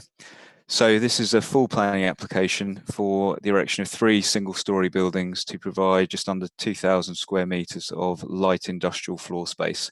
That's B1 category floor space, which equates to 20 flexible units. The layout includes associated parking, cycle parking and landscaping. The site is at Linderswood Farm, which is off London Road, Blacknotley. So site location plan. The application site is outlined in red here. London Road over here to the west of the site, then Linderswood Lane down to the south. We've got open agricultural land to the east, and then the existing Linderswood Farm Business Park up here to the north. So some site photographs. This is standing on Linderswood Lane. The application site's on the left here. It's the other side of this hedge. And where that white van you can just see in the picture there is, that's the actual entrance, the main entrance into the business park, which should also form the access to this site. So another site photograph. This is the access we just saw with that white van. This photograph's taken looking back down Linderswood Road, Linderswood Lane, sorry, towards London Road. The main access is, which I was just talking about, is here, and the application site is the other side of this hedgerow here. So just a photo to show as you look into the main access. So the application site is now on the left, and the main business park is up here. And just moving up that access road again, the application site's on the left behind this hedge. There are 2 gaps in the hedge, existing gaps in the hedge, which provide access, and we're looking into the application site now, which is an agricultural field. These 2 gaps in the hedge would need to be widened, although you'll note the majority of this hedge would be retained. And moving inside the application site is essentially a small, flat, fairly level agricultural field, which I think is probably a bit too small in agricultural terms. It sits, as I say, adjacent to an area of woodland, and then to the north you can just begin to see the edge of the existing business park here. Another photo just of the inside of the site. And then turning, looking back the other way, so as you can see, the topography is very flat. This is that hedge that we were looking at when we were standing on Linderswood Lane. We'll see now on the other side of it here. London Road would be over to the right-hand side of the photograph. Taken at the northern end of the site. So here you can just see the site boundaries about here where this rubble is. And then the Linderswood Business Park, you can just begin to see the existing buildings which are here. They're just behind these evergreen trees here. A few photos here that I've just extracted actually from the design and access statement that show the existing types of buildings on the business park. Fairly utilitarian in appearance. They're a bit of a mixture. Some of them are newer builds, some of them are conversion of old, very old agricultural buildings. They are what they are. They're in keeping with the area, given it was an agricultural use. But it sets a bit of a precedent, but some positives there and some negatives. So proposed site layout plan. What the applicant's proposing is essentially a courtyard type development here. So it would have an in and an out. You'd have 3 buildings. They're single-storey buildings, although I'll just explain slightly later on about this central gable element here. Parking situated to the front here, and then quite a good area here that I'll explain a bit more detail about as well. Zooming in a little bit, so the area that I just mentioned there is large enough to be quite useful. So you can see there's some outdoor seating areas here. I think this would be quite pleasant. You can see the existing beach edge at the front here, and then the in and the out points here. So this should actually be quite a pleasant area to sit. In terms of parking, I just emphasise really that the applicant, originally they had a pre-application submission, then they came in with an application. And they worked quite hard to respond to our concerns. We put this through the mill really in terms of design and layout and just getting it to the best quality that we could really. Small things, just for example, this parking spaces along here. You see now you've got regular tree planting interspersed with it. It's just little things like that to add to the quality of the overall design and layout. In terms of the actual elevations, this is a roof plan, but you'll note again this gable element. So I'm just going to jump to the elevations. Now these, I would say, don't really bring it to life particularly well, but what we essentially requested when it first came in, that building, the largest building, which is at the back of the courtyard, was just a single roof line, which was quite bland, quite boring, didn't provide much visual interest or much sense of place. So our urban designer worked with the applicant to change the ridge line, to get a bit of a gable feature in the centre here, just to bring a bit more character to the place. The other thing I'd like to emphasise is, and you can't see it on this drawing, but the materials are quite decent quality materials here. So you have a brick plinth at the bottom, and then have proper wooden black weatherboarding, and then proper clay tiles on the roof. So in terms of how this would look, officers consider this to be very much in keeping with its rural location. It would take some of the features from the photos we saw earlier, the existing employment area, but in our view, it would be of a higher quality than that. Some of the other elevations, so the remaining buildings, which would have been to the left and right when you're looking at the plan view, are slightly lower. They are just a continuous roof line, so they'd be subservient to that gable feature at the back of the site. And then overall, in summary, so the site's located in the countryside, so it is a departure from the adopted development plan. However, it has a draft allocation for the use which is proposed by the applicants in the new local plan. We consider it's a well-designed and laid out scheme which would respond to its context. There are some harms. Obviously, it's a greenfield site in agricultural use at the moment. There would be a degree of landscape harm, although I think it's fairly well shielded by the extensive woodland and by the beach hedge would also provide a degree of shielding.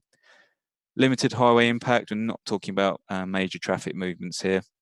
And it has a draft allocation, but obviously it's a draft allocation only. In terms of benefits, some clear economic benefits. So we're looking really at what would be the extension of an existing established business park with associated social benefits. The design and layout, as I said, worked hard with the applicant to up the quality of this scheme. The site has good biodiversity potential. It's been identified by the council's ecologist. And of course, as I said, the council's intention in the new local plan would be that the site was used for this use. Section 106, financial contribution of approximately £11,000, which will go towards upgrading open space, footpath links in the area. I have an update on that in a moment. So overall, the officer position is that we consider this constitutes sustainable development and would recommend that planning permission is granted. Just a couple of brief updates for members. Firstly, the Parish Council have obviously lodged an objection. Quite understandably, they have wished to identify which projects they would want the Section 106 money to be spent on, should members be minded to grant permission tonight. And clearly they can identify those projects without undermining their objection position.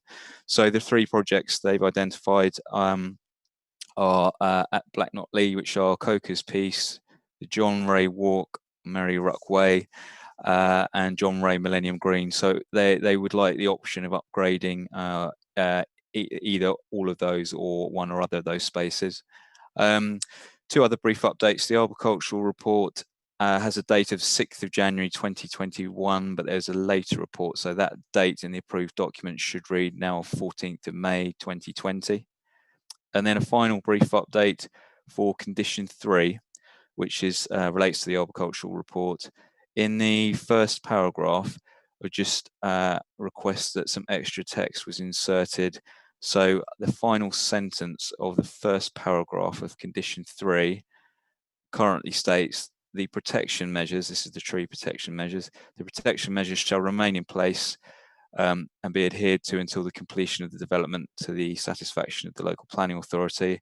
So officers would just request that we insert into that, the protection measures shall remain in place, and then the additional text would be, and all other safeguarding and protection measures and methods set out in these reports shall be adhered to. So it's just slightly widening the scope of that condition. So it means that every element of that report would be adhered to. And that's the end of the presentation. Thank you, Madam Chairman. Thank you, Tim. Thank you very much indeed. I have Councillor Ritchie that wishes to speak. Thank you, Madam Chairman. This application falls inside a ward of which I am one of 3 representatives. I don't think there's much that we can kind of object to for this application. It's a proposed allocation within the draft local plan. I think their aspirations are wholly appropriate for the development of that site.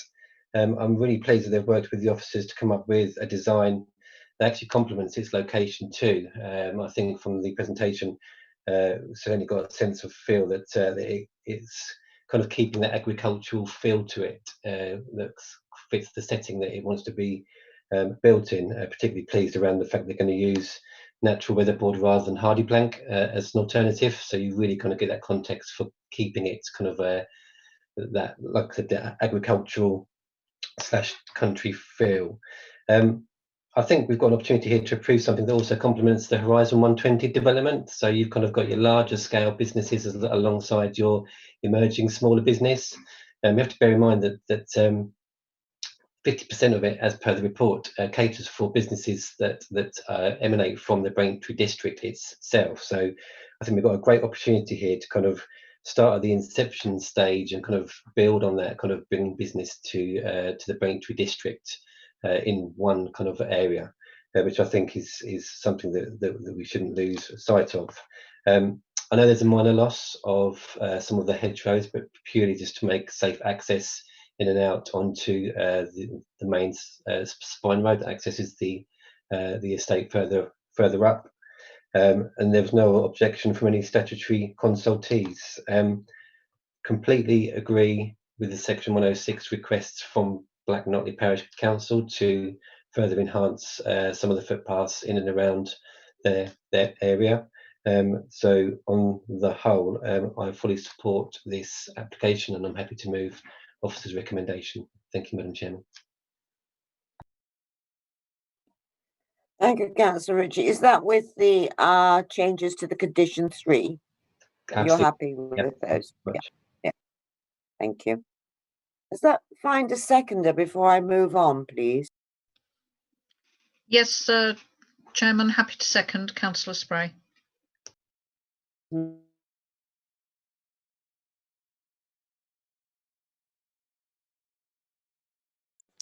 Councillor Robert. Sorry, Councillor Robert. Is it working now? You are connected, yes, thank you. Can hear you. I'd leant back on the switch on the cable.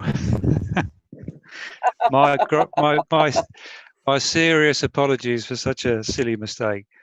No, I largely agree with Councillor. Yeah, I largely agree with Councillor Ricky on this.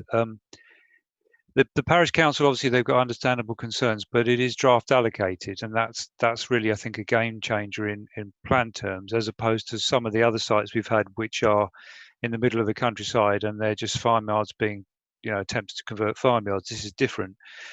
I think also we've got, as has been said, a really well-worked design. A lot of thought's gone into it. I totally agree with that.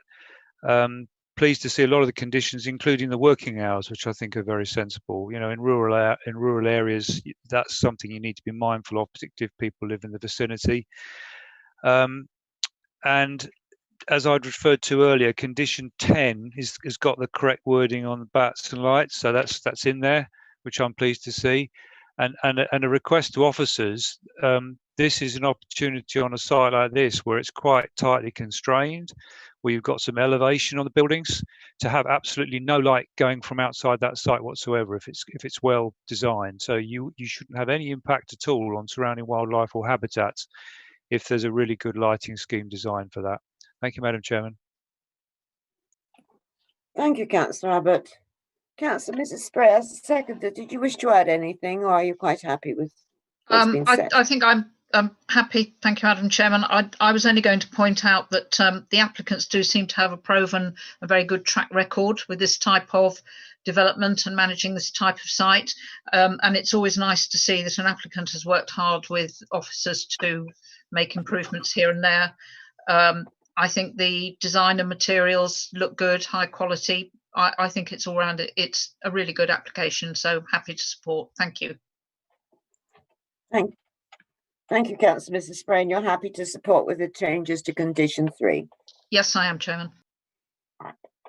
Well, members, no one else has indicated they wish to speak. It has been moved and seconded that we grant this application with a slight wording to condition 3. And it has been moved by Councillor Ritchie and seconded by Councillor Mrs. Spray. Councillor Abbott. For. Councillor Bowers. For. Councillor Horner. For. Councillor Johnson. For. Councillor Mann. For. Councillor Monday. For. Councillor Mrs. Parker. For. Councillor Ritchie. For. Councillor Mrs. Spray. For. And Councillor Wrench. For. Thank you, members. That has been approved unanimously. And I would like to thank Mr. Fisher for sending in his comments, which were read for us by Alison. Thank you, Mr. Fisher. It's nice when people get involved in our applications. We now come to the final application on this evening. We have quite a lot of speakers on this application, members. It is application 2001174, land east of Pentlow Hill, Pentlow. And the first speaker is Mr. Simon Green. He is speaking on behalf of the objectors. Mr. Green, you have 3 minutes once Emma has entered you into the meeting. Chairman, Mr. Green is with us now. Thank you. Thank you. Right, Mr. Green, you have 3 minutes to make your statement. Mr. Green, your microphone is switched off. Please, could you open your microphone, please? Thank you. Good evening, everybody, and thanks for the opportunity to talk to you tonight. Despite being in favour of the principle, many local people have concerns around the suitability of this site, the construction plans, and the impact on wildlife. The plan states that the route identified for the 24-week construction phase is wide enough to accommodate transport vehicles and allow other traffic to pass. Unfortunately, that claim is false. On the video we presented, you will see there are pinch points on Pentlow Hill and Cavendish Bridge, plus 3 very sharp bends. On a long stretch of the hill, even 2 cars cannot pass, and on bends, long vehicles will straddle the road. There is no provision for restitution of an already poor road surface, damage to verges, and the roadside badger sets which are protected by law. A risk assessment of heavy use by the 900 or so HGV and LGV journeys planned to pass across the old one-way bridge at Cavendish will be prudent. Safety is a concern with this aspect of the plan. Local people, whatever their interest in the scheme, deserve better. Moving on, like many people, I commend the work of Peter Brand Farms in land management and creating space for wildlife. While I note you have made an LEMP a requirement, the applicant has not shared any specific steps of biodiversity as recommended by the BRE, which typically includes large areas of wildflowers, adding ponds and having a proper management scheme. Compared to other solar sites, it comes across as a low priority. The Council's own local plan includes a policy in direct relation to protected species. Skylarks use a site for breeding and wintering. Golden plovers flock and feed on the site.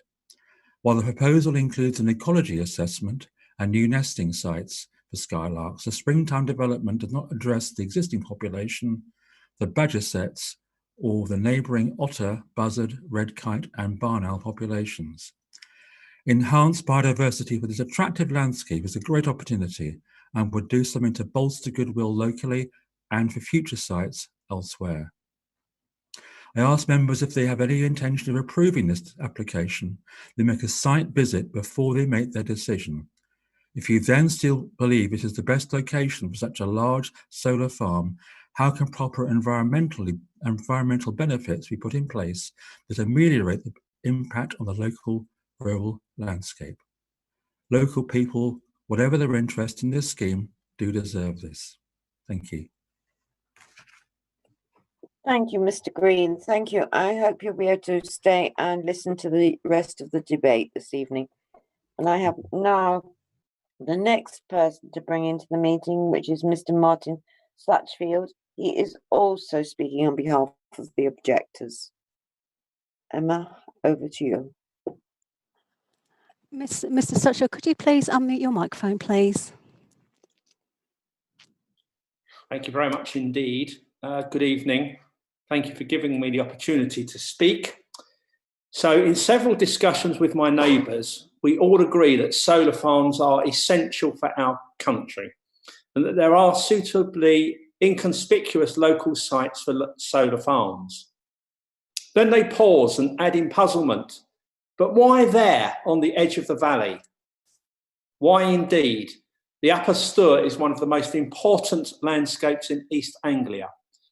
This is a unique landscape of preserved woodland, listed buildings and stunning chocolate box villages such as Cavendish and Foxearth, which are both conservation areas, as is Glempsford Egremont Street, within sight on the opposite side of the valley. The patchwork of fields and villages of listed timber buildings together within the valley has been enjoyed by many visitors for generations and abound with natural life. Pentelow has 37 listed sites and Foxearth has 34, as well as a conservation area. Not only that, but the valley itself, with its astonishing crop marks of prehistoric and Roman dwellings and tracks. The applicant has spent great effort in trying to argue that this prominent site for a solar farm will have no real effect. The big question is lost within a mass of detail. Will it be detrimental to the landscape as a whole, made up as it is from a mass of vernacular historic monuments, unspoiled farms, woodland and water meadows? Even if it does, would it matter? We who live near the site know that it would matter. Even if it were not so painfully visible from the valley and the road, it contributes to an overall effect that is appreciated by visitors. They don't come to see an isolated historic monument, but to cherish a timeless landscape that supports a rich natural environment. To argue that it is only a few fields is like arguing that it doesn't matter if you paint a moustache on the Mona Lisa. Using this site amounts to substantial harm to an area of historical significance and the unspoiled open qualities of the valley edge. It would detract from the rural landscape setting and erode the quality of a view, which is an important part of this heritage asset. The true effect on the landscape can only be best appreciated from viewing the site in person. Thank you very much. Thank you, Mr. Stutchfield. Thank you very much for your comments. I hope you'll be able to stay and listen to the rest of the debate. Thank you so much. The next statement is from Mr. Colin Newton, who is a supporter from Street Farm, Pentlow, and his statement is to be read by Alison. Alison, are you ready to read the statement from Mr. Newton, please? Yes, thank you, Madam Chairman. This is the statement of Colin Newton. I wholeheartedly support this application for the solar farm. It will provide much needed green energy. I believe there will be minimal disruption to the landscape. Once completed, the installation will not be unsightly.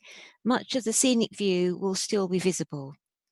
I also understand once the installation is established, the land can still be used for grazing sheep. Regards, Colin Newton. That's the end of the statement. Thank you, Madam Chairman. Thank you, Alison. The next statement is also going to be read by you, and this is a statement from Mr. Peter Brand, who is also a supporter.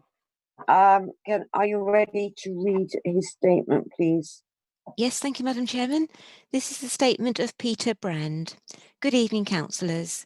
This project represents an important opportunity for our local farm business to further diversify and support the business through ongoing turbulent times and help to support it long term. Alongside making a positive contribution to tackling climate change, the land will remain in agricultural use and it is poorer quality land, as demonstrated by the land grade assessment which accompanies the application. When we were approached by the applicant, we discussed the most appropriate location in terms of our ongoing farming activity and agreed that the proposed location is lowest impact, being furthest from villages and dwellings. We are keen to continue to work to support local jobs and commerce alongside hosting a solar farm which will power thousands of local homes. Alongside these benefits, the solar farm includes substantial biodiversity enhancements which will complement our nature improvement and stewardship efforts to date. We will be providing the 30 skylark plots on our farmland around the solar farm to improve the habitat for this popular farmland bird. We are pleased that the applicant has engaged with the local community and has answered questions and queries raised by individuals and by the parish councils.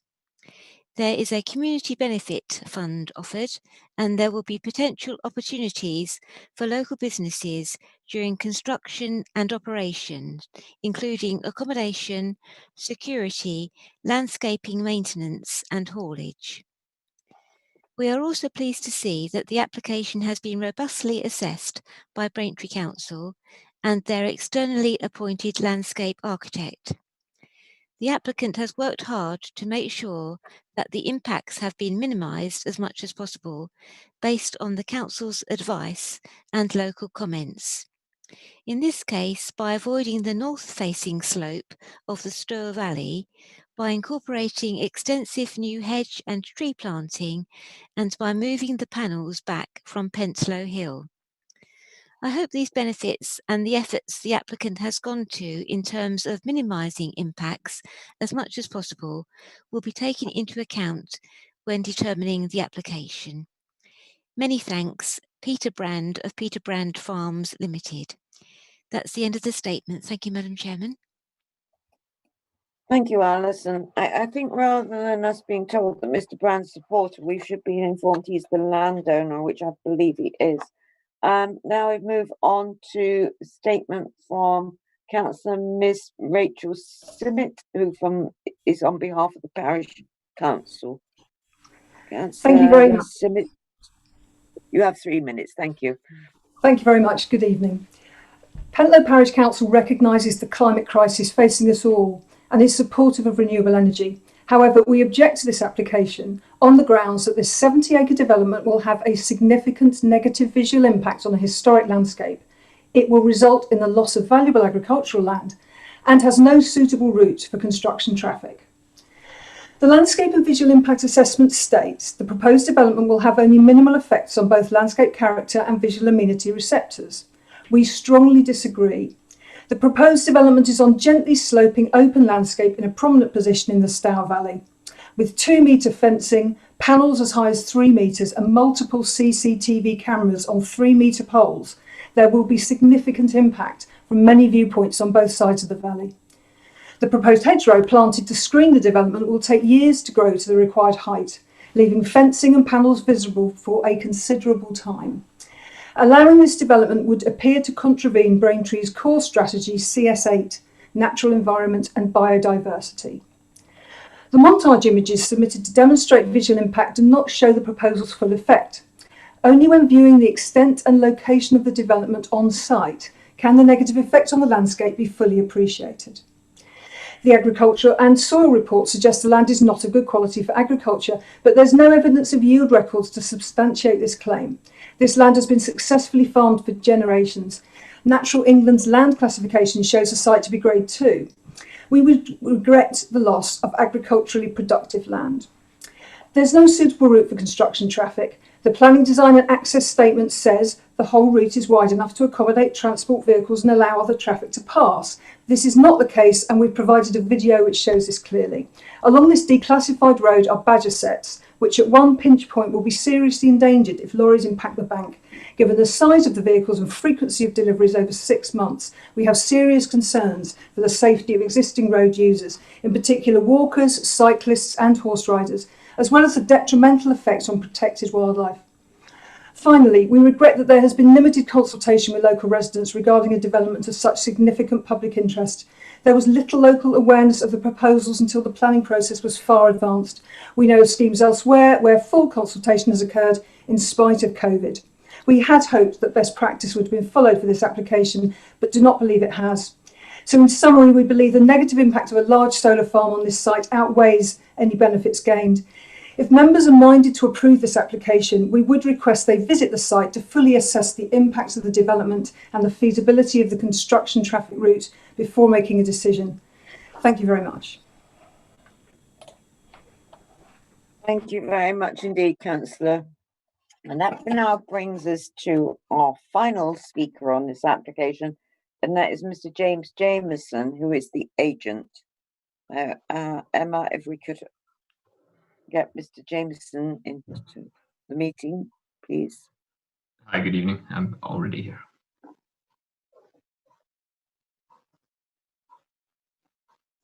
Chairman, Mr. Jameson is present in the meeting. Thanks.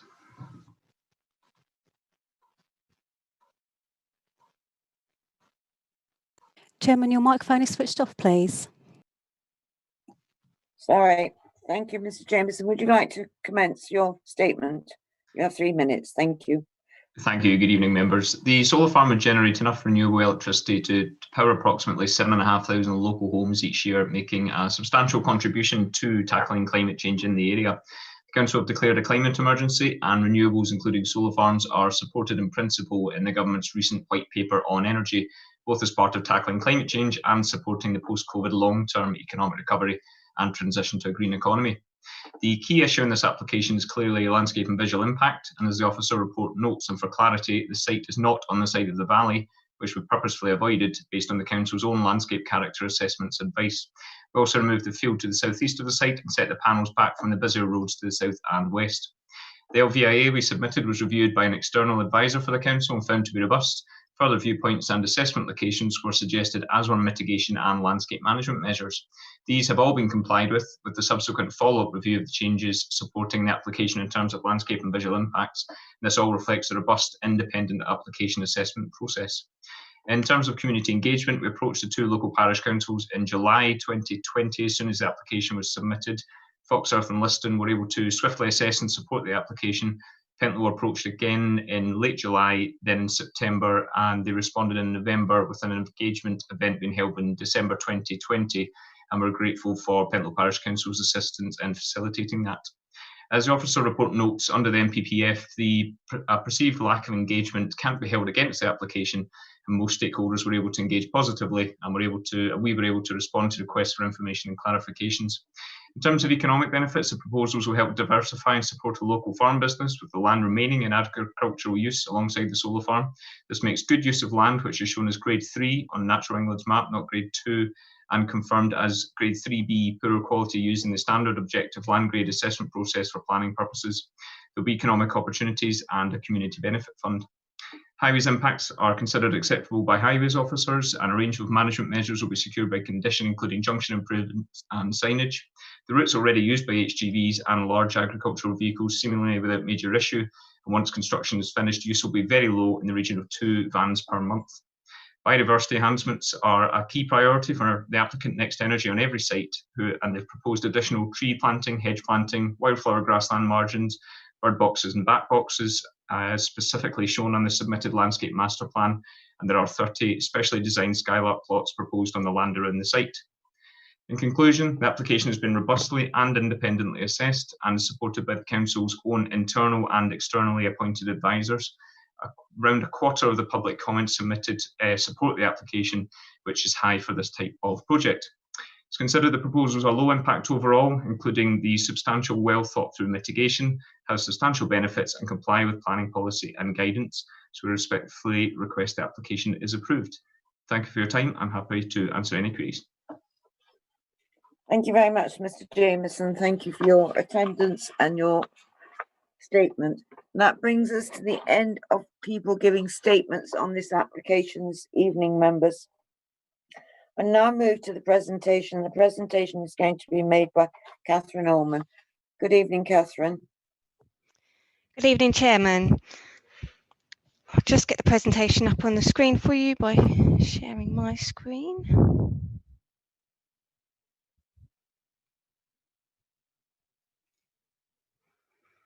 It should be visible now.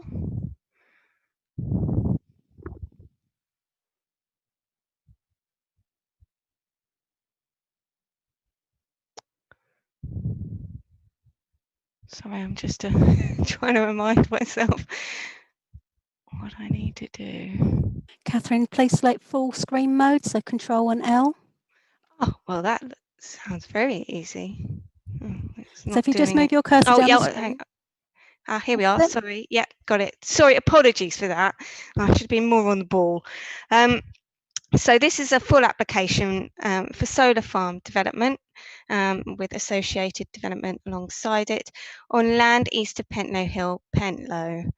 Due to the contentious nature of this application, I will hope to provide you with a relatively detailed presentation in an effort to cover a number of areas of concern, but obviously there will be an opportunity for questions at the end anyway. So the site comprises 28.4 hectares of agricultural land, which is situated northwest of Foxearth, here's Foxearth, and southeast of Pentlow. It straddles the boundary between the two parishes. You can see the parish boundary here. And the site is located approximately 300 metres to the northeast of the Grade 2 listed property Buntings Farm, and a similar distance southeast of the Grade 2 listed properties on Pentlow Street, down here. Members will note the location of footpaths in the vicinity, including this one to the north. So you know it comes out onto a minor road here and joins up to Pentlow Street here. The A1092, which traverses the valley from Cavendish to the north here, and the location of the nature reserve in the northeast. Also, looking at this plan, you can see the contours are marked, and the land to the southeast is relatively flat, but there are some tightly positioned contours to the north. So the land is sort of plateauing in this location and then falls steeply down to the valley and then rises up again on the other side towards Chelmsford. So the existing site plan provides you with an understanding of the extent of the site.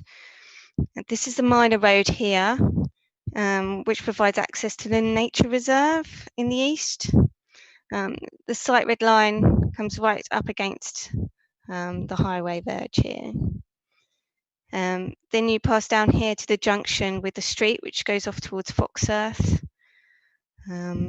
And then as you continue, this is Pentlow Hill. Again, this is School Road here, which goes to Buntings Farm. And you can see that the site is set back in these locations, and this is a position of an existing field access, which is proposed to be upgraded.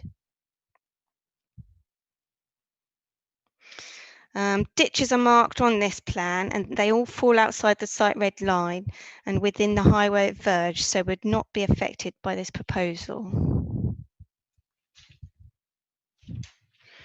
So starting from the east of your plan there, and then travelling north along that minor road that I pointed out towards the nature reserve, you can see the site to the left of the photograph. So travelling then back the other way towards the site away from the nature reserve, in this picture here, you're sitting at the bottom of the hill, just adjacent where the footpath comes out onto the minor road. And you can see that the land sort of climbs up quite steeply, and just at the very top there, beyond that hedgerow, that is the site. Then as you sort of continue beyond, you know, that hedgerow, I suppose, then you become confronted with the site's most northerly extent. So you can see it's sort of bounded by a hedgerow and a woodland copse of trees just off here. And then again, travelling further again towards sort of Pentlow direction, the site is on your right of the photograph, with the central hedgerow visible here. So now we're at the junction with the street and Pentlow Hill. The site is directly in front, albeit as described earlier, it would be set back behind the existing hedgerow, just visible sort of to the right sort of centre of your photograph. Slide 7 is taken from Pentlow Hill. There's a sort of little lay-by on the other side of the road, and the site would be again set back and marked sort of in the distance, I suppose, a little bit. This is a view travelling south from Pentlow Street towards the site. You can see how the land rises and the road is cut into the bank with thick hedgerows, which would be some and the site itself would be at some distance at the top of the hill and would not be prominent from this location.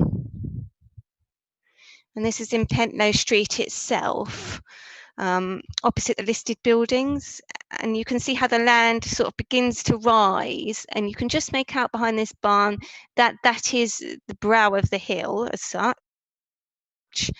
And the site has been positioned so the extent of development is limited, so as not to be visible on the valley sides, only occupying the flat plateau, which is in the distance and out of sight in this photograph. So, in terms of the site design itself, the solar panels would be erected in banks with crushed stone paths in between. There would be 8 inverter cabins situated along the internal access roads. The other proposed structures are all proposed to be situated in the south, where the access is also located. In this area, there would be a substation building, switchgear building, and 3 containers housing storage and operational functions, all painted moss green or light green-grey in colour, and accompanied by a single satellite dish mounted on a pole 4 metres high. Around the perimeter of the site would be a fence to prevent deer ingress and CCTV cameras at 50-metre intervals. Landscaping of the site's perimeter is proposed, and the detail of this I will explain later in the presentation. This is a plan showing solar panels. They're sort of a blue-grey in colour, mounted on racking, as you can see, and they would not exceed 3 metres above ground level. So the plan is showing you details of the site access here, and how it would connect to Pentlow Hill in the south. The access would be upgraded, and you can see that the required visibility displays can be provided on the land that is either within an applicant's ownership or within the highway verge. And a visit to the site has confirmed there is no existing vegetation or vegetation which would need to be removed to provide display. Turning to the buildings proposed, these are details of the range of buildings proposed on the site, and they would sort of range in height from about 2.6 to 3.2 metres high as proposed. This is the substation housing, comprising a building of approximately 5.7 metres high, constructed in metal and fiberglass, again painted light grey or moss green, and 7.2 metres long by 6.6 metres wide. There's detail of the CCTV, which would be a maximum of 3 metres high, and in correction to what is in your committee report, situated at 50-metre intervals along the boundary. Detail of the satellite dish for you, which is also proposed, and a detail of the fence.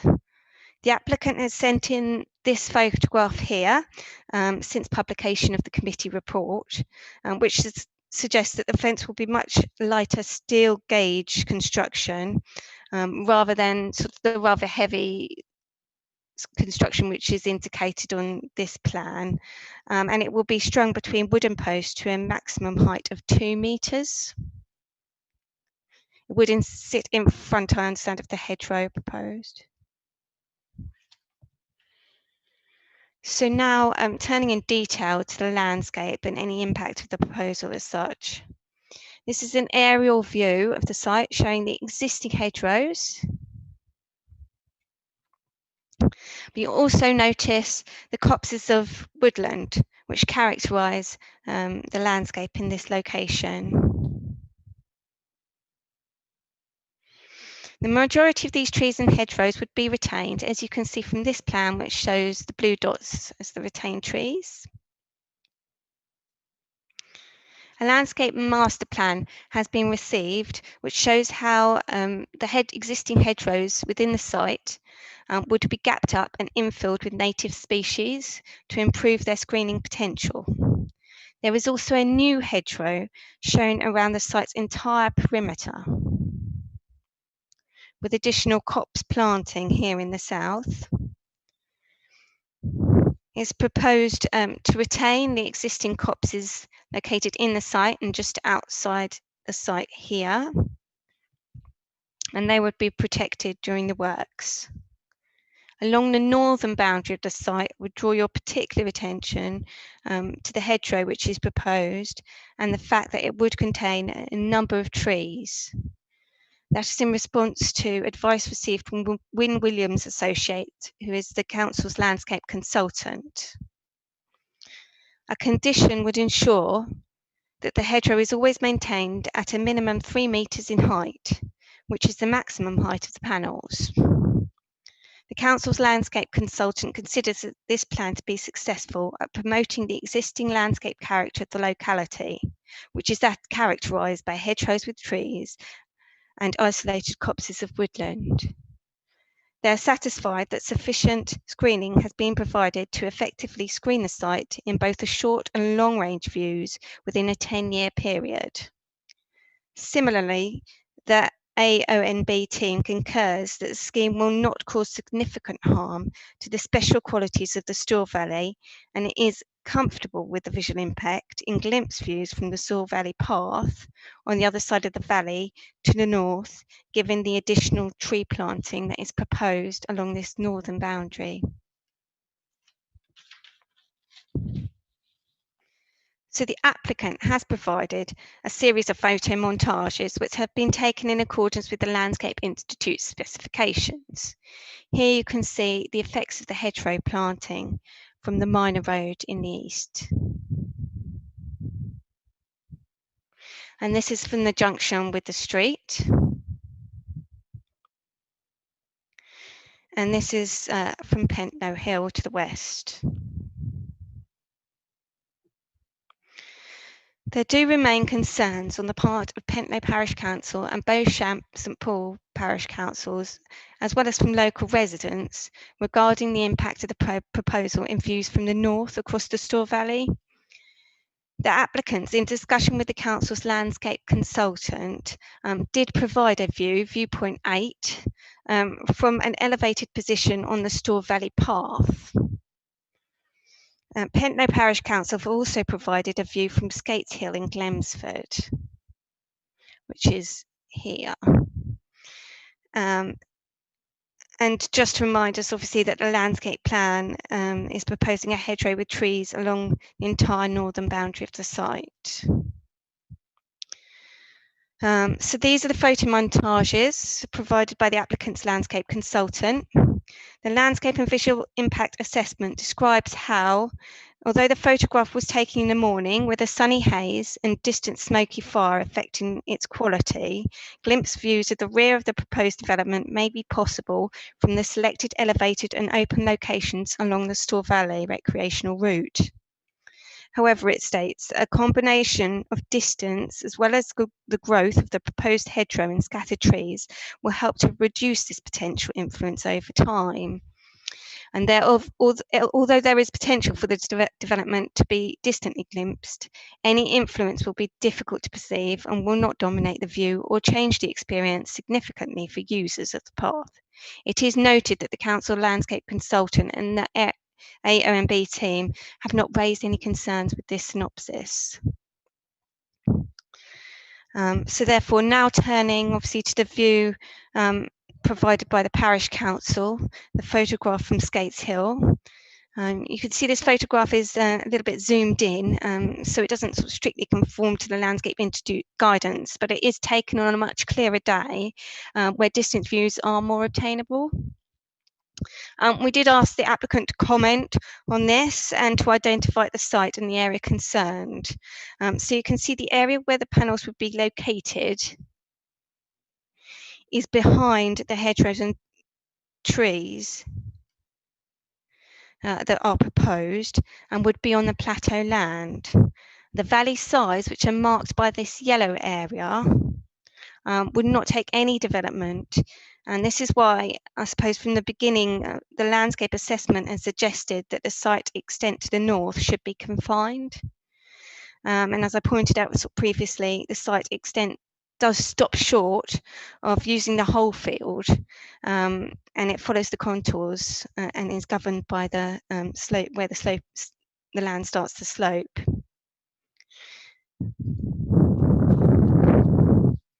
So, as you know, Pentlow Parish Council have raised objections, and their response has been circulated separately to members, as was the response from Beauchamp St Paul, which reiterated Pentlow's objections, and they do object.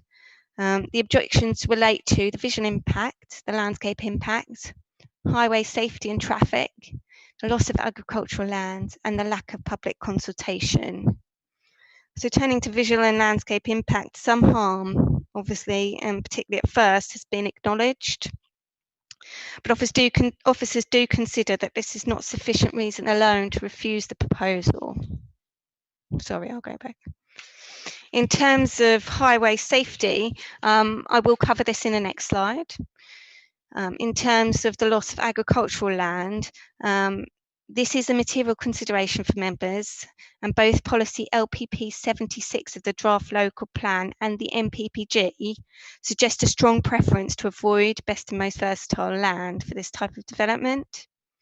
However, you have to consider that this is only a small area of the site which is actually best and most versatile land, and that overall there is a proliferation of this land within the district, and therefore this would weigh negatively in the balance, but in officers' consideration only to a limited extent. It's not therefore considered to be determinative for this proposal. A lack of public consultation at pre-application stages was very unfortunate. But unfortunately, the MPPF is clear that this cannot weigh negatively against the proposal. Over the application process, the parish council and over 50 residents were consulted on a number of occasions, and the application revised particularly to address requests for hedgerow screening and application of conditions relating to site reinstatement and lighting. Details of lighting are required to be submitted prior to installation, but the applicant confirms it is only intended to be likely to comprise very limited low-level wildlife-friendly lighting for the substation building, and would only be used in the rare event that nighttime maintenance would be required. There would be no floodlighting, of course, of the site, and a condition would make this absolutely clear. It's noted that Foxworth and Liston Parish Council do support the scheme on the basis that it would provide renewable energy and deliver an environmental benefit in that regard. They also note there are no objections from statutory consultees, and that a lot of work has gone into ensuring that the proposed visual and landscape effects are effective in controlling any landscape impact in the longer term. There have been 7 representations in support. There were 19 objections, and there have been a further 3 objections received following publication of the committee report. These raise no new substantive issues from those already detailed in the report. Now returning to highways matters. Pentlow Parish Council remain concerned that the construction route for vehicles via Pentlow Hill and out to the A1092 at Cavendish, as shown by this yellow line, is unsuitable.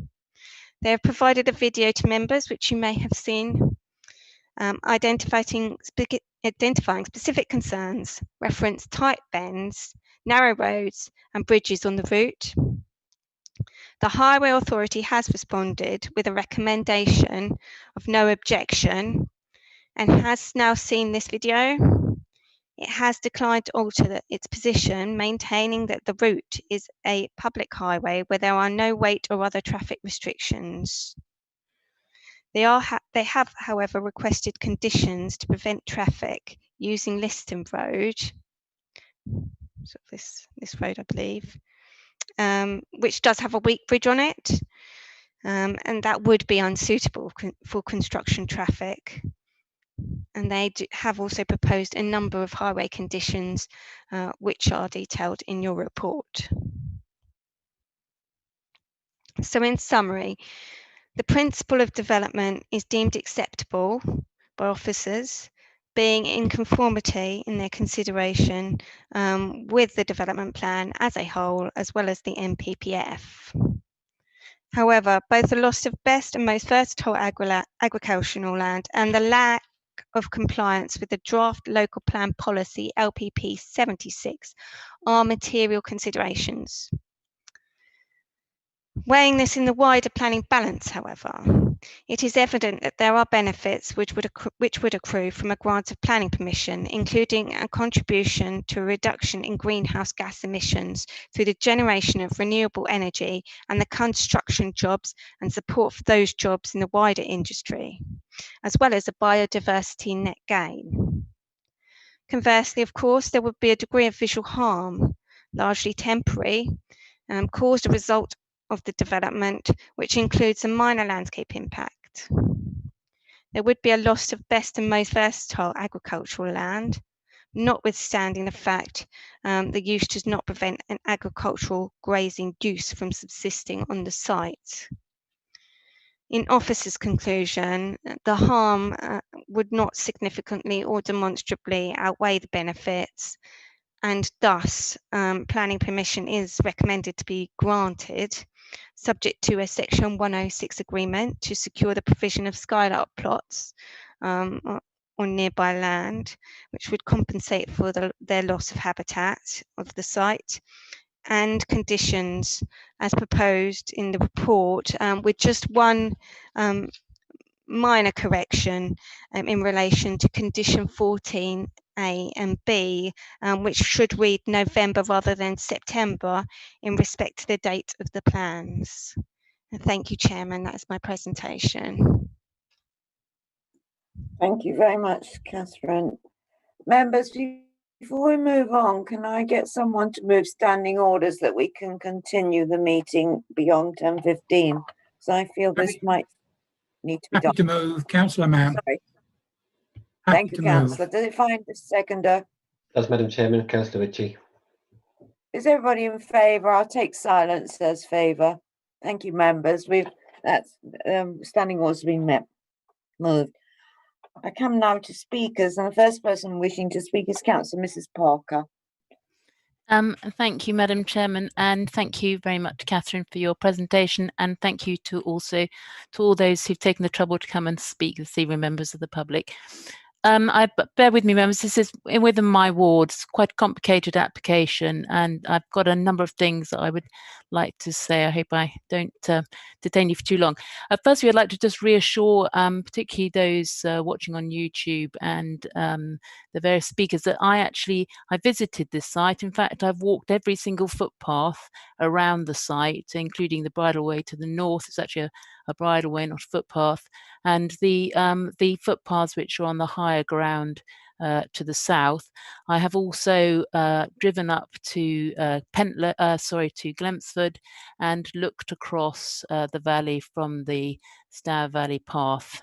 I have also driven around all the roads around the site. The site itself is bound on it's really a triangular site that's bound on two sides by roads. I've also driven the construction site, and I do know this area very well indeed. This is obviously quite a substantial application for some nearly 70 acres of solar arrays, and it is within it is actually within the Stour Valley project area. So we don't have any designated landscapes within Braintree District, but this is the only area that deserves special mention in our draft local plan. And we describe this, our draft local plan describes the Upper Stour Valley as an important and sensitive rural landscape.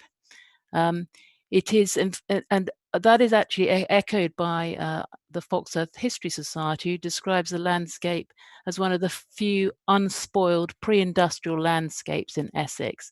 And I really would totally agree with that. In fact, I would say the Essex side of the valley is very, very unspoiled. It really is has remained unchanged for very, very many years, and it's quite precious in that regard. I've noted the comments that have been made by the landscape experts. My problem with this site, members, as you've seen from some of the photographs, is there is not one single, well, there's only one small section of this whole site which is currently bounded by any form of hedgerow. The rest is a completely open field. The northern edge of the site, which faces towards across the valley, it has just been carved out of an existing field. There is nothing there at all. The only hedgerows that currently exist on the site are ones that run through the middle of the site, apart from the small section on the south. There is a proposal to address this by planting landscaping, hedgerows and trees around the site all the way around. But these need to grow to 3 meters, 15 feet, before they are, sorry, probably not 15 feet, not as much as that, but they need to grow to 3 meters before they will be effective at all at its screening the racks, which will themselves be 3 meters. And the officer's report says it will take 10 years for that to happen. So in the meantime, there will be the solar farm will be very visible from particularly the users of the 2 roads which run either side of the site.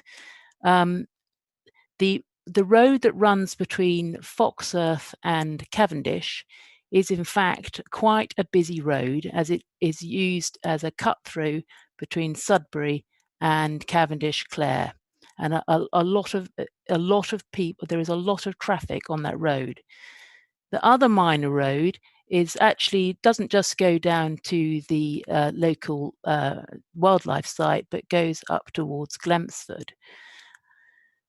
And that is also used by a lot of traffic, but although not as much as the other road. As you've seen from the photographs, the arrays will be very, very visible from both of those roads, and from particular from the footpaths to the south, until that landscaping is established. The other point I'd like to talk about is the issue of the construction access. The design and access statement does talk about the access being a dual road the whole way down. It is not at all. There are places where it's only single track, and there are sharp bends and a single a bridge as you come into Cavendish, which is only accessible by one vehicle at a time. So those are my main concerns. There are a number of questions actually I would like to ask the officer. I'm a bit mystified as to why it was felt necessary only to provide a grass buffer along the road between Pentlow Street and Foxearth, or Pentlow Hill, and why it is not felt it was equally necessary to provide a grass buffer on the road to Glempsford. That's my first point. I would also like to know what is being proposed for the vegetation on the site, because it currently is, I believe, drilled with cereal crops, which presumably were harvested in the summer. So is there any proposal to lay the fields down to grass? The third question is, what is the proposal to connect this site to the grid? The only reference I've managed to find in the documents is the two power lines. One to the north apparently doesn't have any capacity. There is no reference to how the site is going to be connected to the grid. The other thing I'm particularly concerned about is archaeology. There's been quite a lot of reference in the documents to, particularly actually representations to the importance of the Stour Valley in archaeological terms, and I am quite concerned to see that the racks are suspended on piles which are driven some feet into the ground. I note that there are archaeological survey conditions proposed. Would those be across the entire site? And is it appropriate to be drilling piles into the ground where there might be buried archaeology? Is there a better solution? And finally, Mr. Jameson mentioned wildflowers. I couldn't find any reference to plans to sow wildflower seeds or create any wildflower margins. Perhaps you could let me know whether that is actually something that is being proposed and is in the documents. That's it. Thank you very much for the moment. Thank you.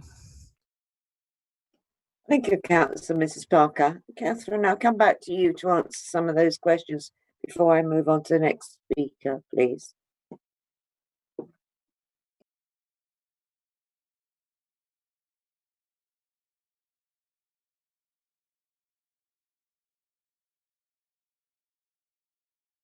Catherine, you are muted. We can't hear you.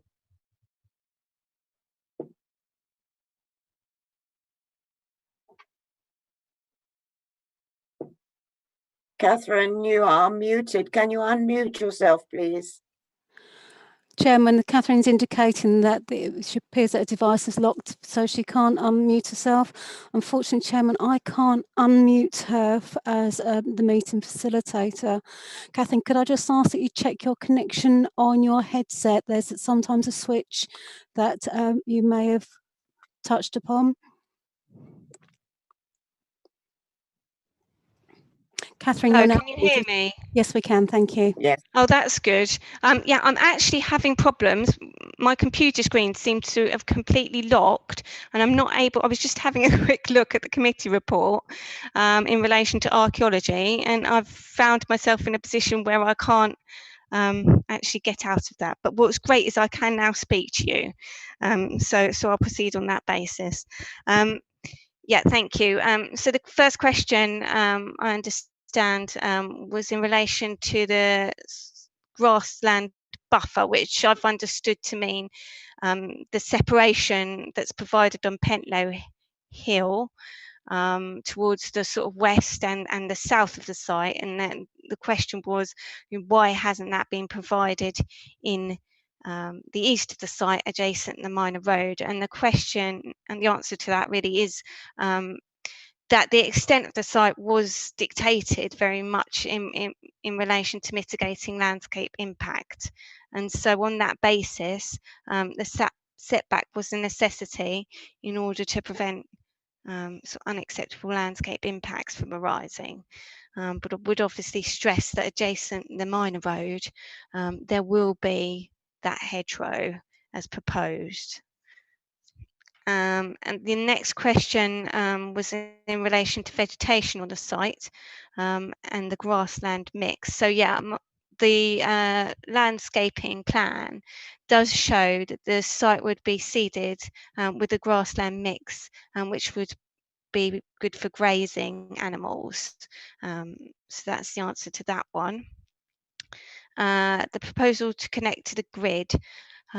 So solar farms are obviously do need to have good access to an electricity connection to the grid.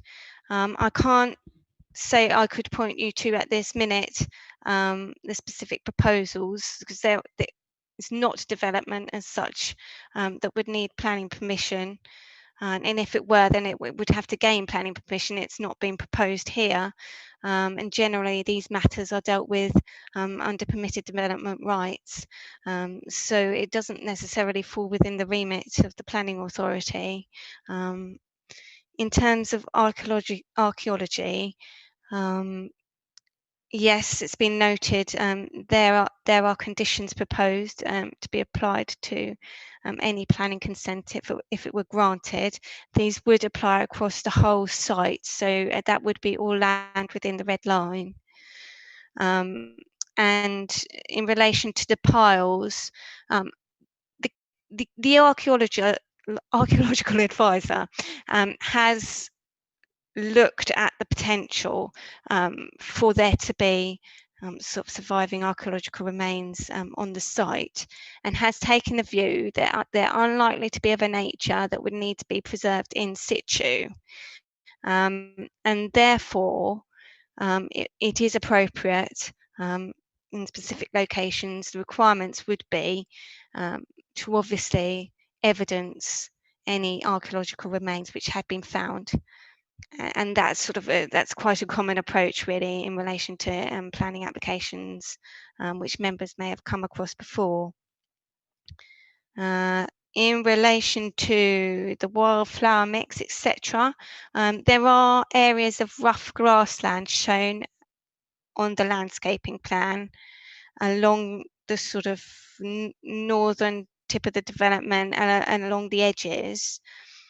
And there is a condition proposed which would require details of all the planting, seeding, further details of all how the site would be managed in order to sort of maintain both biodiversity and a landscape mitigation sort of function. So hopefully that provides the necessary reassurance that Councillor Parker was looking for. Madam Chairman, may I just come back on one of those points? Certainly. I'm still not with you, Catherine, as to why you haven't required a grass buffer on the minor road. Why, if it's felt necessary to mitigate landscape impact on one road, why could you why would it not be necessary on the other road? They are both minor roads. Yeah, sorry if I didn't make that very clear. Yeah, the reason that it's necessary to the west and to the north is effectively because of the impact it would have on those distant views if you were to extend the development into those areas. So that's why it's been pulled back, is to prevent it going along the valley sides and to prevent it being visible in the distant views from across the Store Valley. Now, if you turn to obviously the eastern extent of the site, that doesn't have the same issues. It's not required, because you wouldn't see it in those distant views, which were identified obviously as a concern by the landscape and visual impact assessment. So yes, whilst it might be preferable to have it a setback from that minor road, the planning authority cannot insist upon it because it regards the impacts to be acceptable of themselves. So I don't think it's grounds for refusal, the fact that you can't, that it's not pulled back from that minor road in the east, and therefore on that basis, we have to judge what's in front of us and whether it's acceptable or not. Thank you very much, Catherine. I now come to Councillor Horner. Thank you, Chairman. I agree with several points that Councillor Parker's made, particularly to do with the landscaping and trees. I know they've got to be given time to grow, but I think that's quite important. I was very impressed at what the farmer said, that the poor quality of the soil on the farm restricts what he can do with it. I will be supporting the application. Thank you, Chairman. Thank you, Councillor Horner. Councillor Johnson.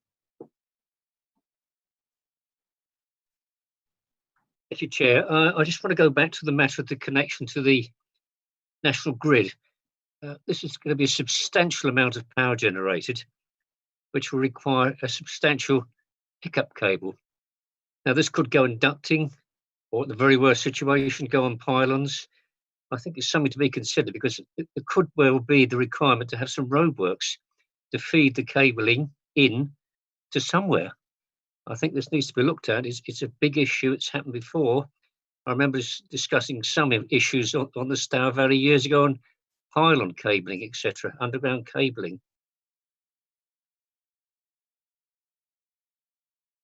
Thank you, Councillor Johnson. Councillor Ritchie.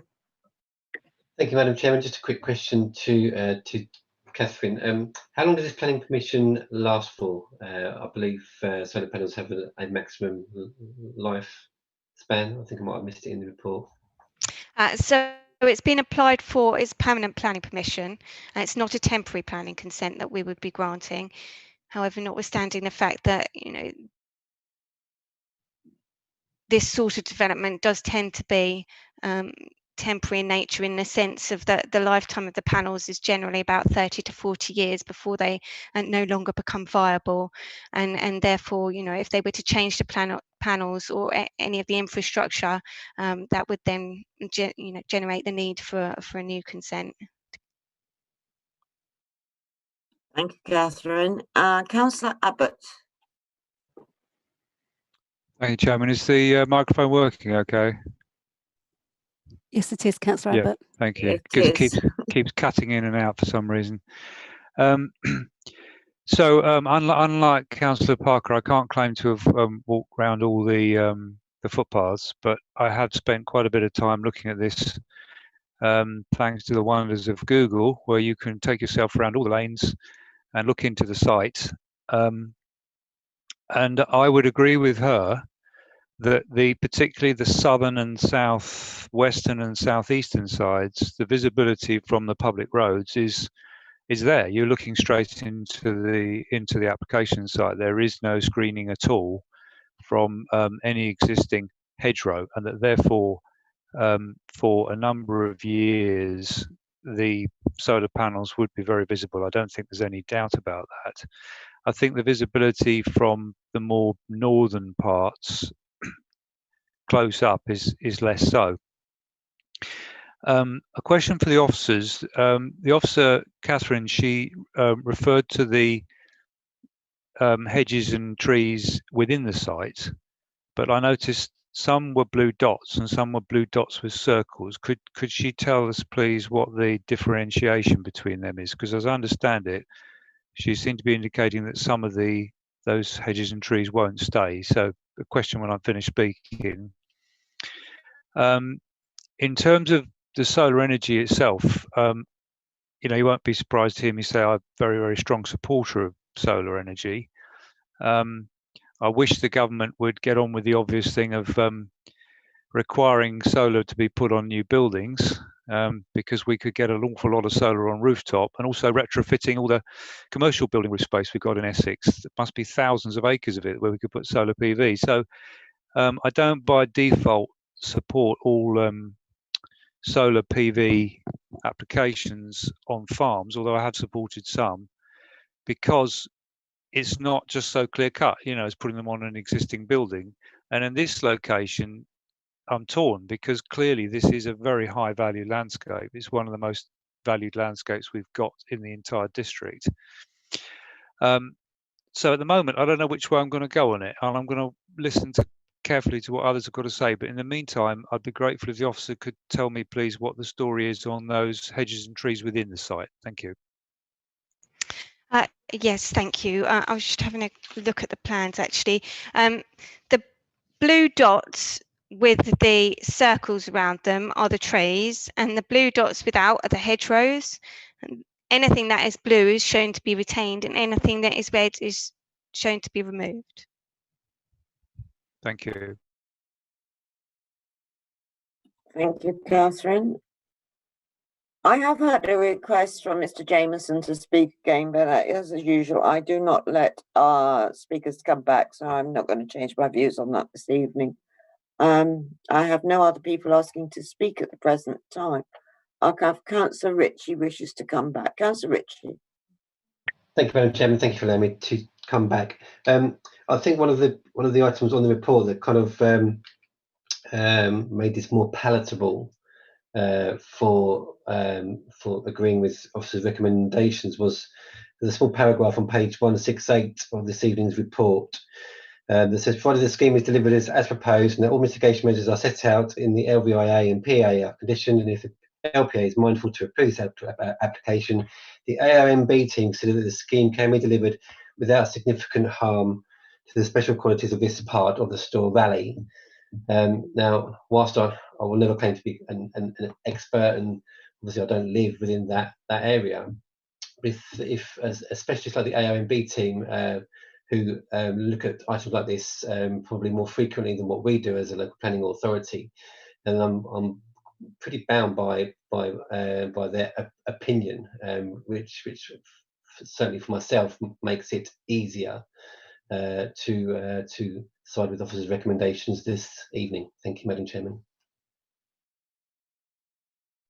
Thank you, Councillor Ritchie. Does anyone else wish to speak? Does anyone wish to move something, please? I know it's a difficult decision. I know the area very well. I was brought up in that area. I think my main concern is how is it going to link to the grid? We don't seem to have that answer, which I know Mr. Jameson could give us, but I can't allow that this evening. Councillor Parker. Councillor Parker. Yeah, sorry, just a very small point, really, just about what is proposed. Is there any wildflower mix proposed on the grass buffer between the road and this proposed hedge? And also, Catherine, my understanding from reading the documentation was that the reason for this grass buffer was to reduce the visibility, to reduce the impact on the road users of that road of Pentlow Hill, and it was not to do with the views across the valley. So if that is the case, why is there not a similar proposal for the other road? I still don't accept that, I'm afraid. Well, my understanding was in contrary, that the applicant has confirmed that the buffers, and by buffers, I think you mean the land which is actually left outside the red line, in between the site really effectually and the roadside. So it's that separation gap that has been left for reasons of mitigating landscape impact, and it was on the recommendation of the landscape and visual impact assessment report. So that is my understanding. In terms of what I suppose is referred to as rough grassland buffers, which are actually inside the site red line. So they are the sort of biodiversity benefits which are being offered. The plan itself doesn't actually specifically specify that that would contain wildflowers. However, obviously we would have control of the planting mix that would go in that area, because it's required to be submitted under a condition, and so therefore if members' wishes, an informative could be applied to the consent, which would recommend or require that those rough grassland buffers, as they're referred to, are planted with a wildflower mix. Problem with that is that we're told there's going to be sheep grazing on it, so someone's not going to the trouble of putting in wildflowers for sheep to graze them. So that defeats that. Sorry, Chairman. Maybe I should show you the plan again. There are separate areas of labelled on the landscape master plan as rough grassland buffers, and then the rest of the site, which is not the access, crushed stone access roads, where the panels are located, that's the area that would be seeded for grazing. Hopefully that's clear, but I can show you the plan if it would make it clearer. That's fine. Thank you. Right, Chris Padgett, I believe you wish to speak. Thank you, Madam Chairman. I just wanted to come back on the point about the connection to the grid. So I've just, while the debate's been going on, I've just been having a look through the planning statement that was submitted by the agent.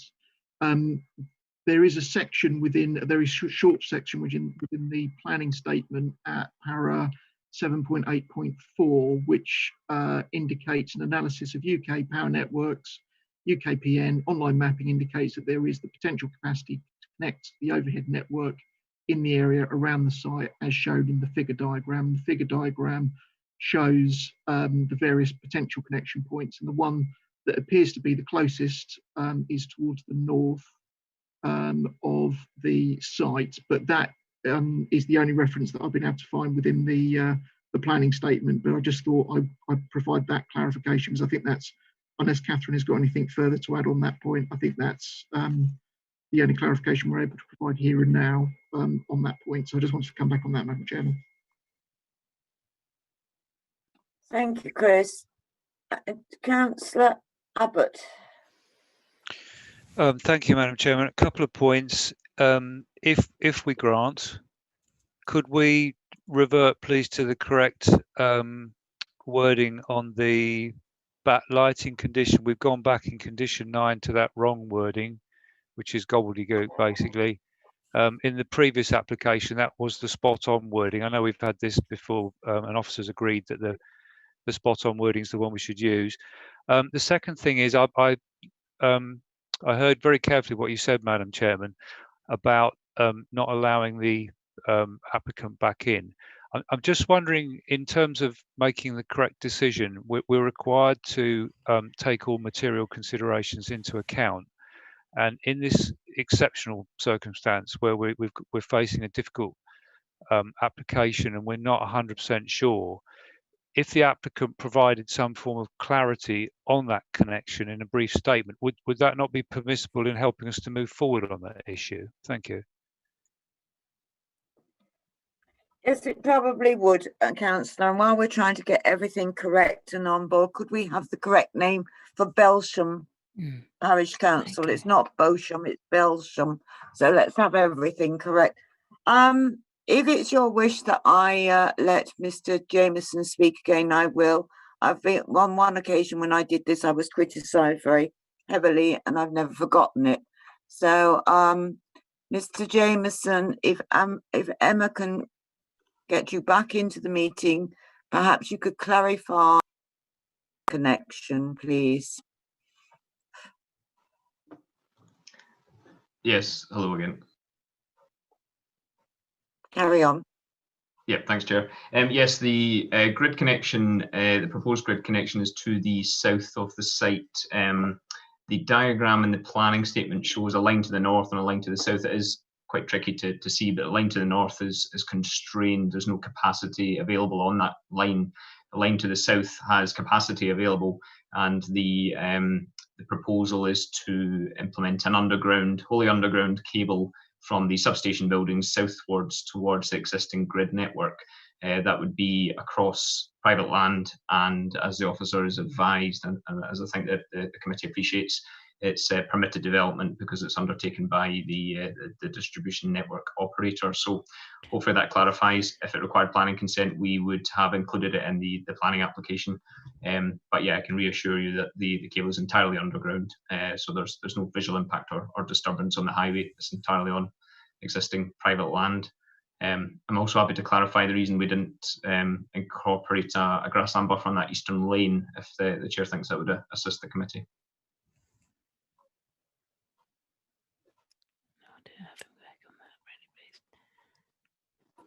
Sorry, yes, please. Sure, certainly. So sorry, I'm having connection problems. Yes, please, would you clarify about the buffers?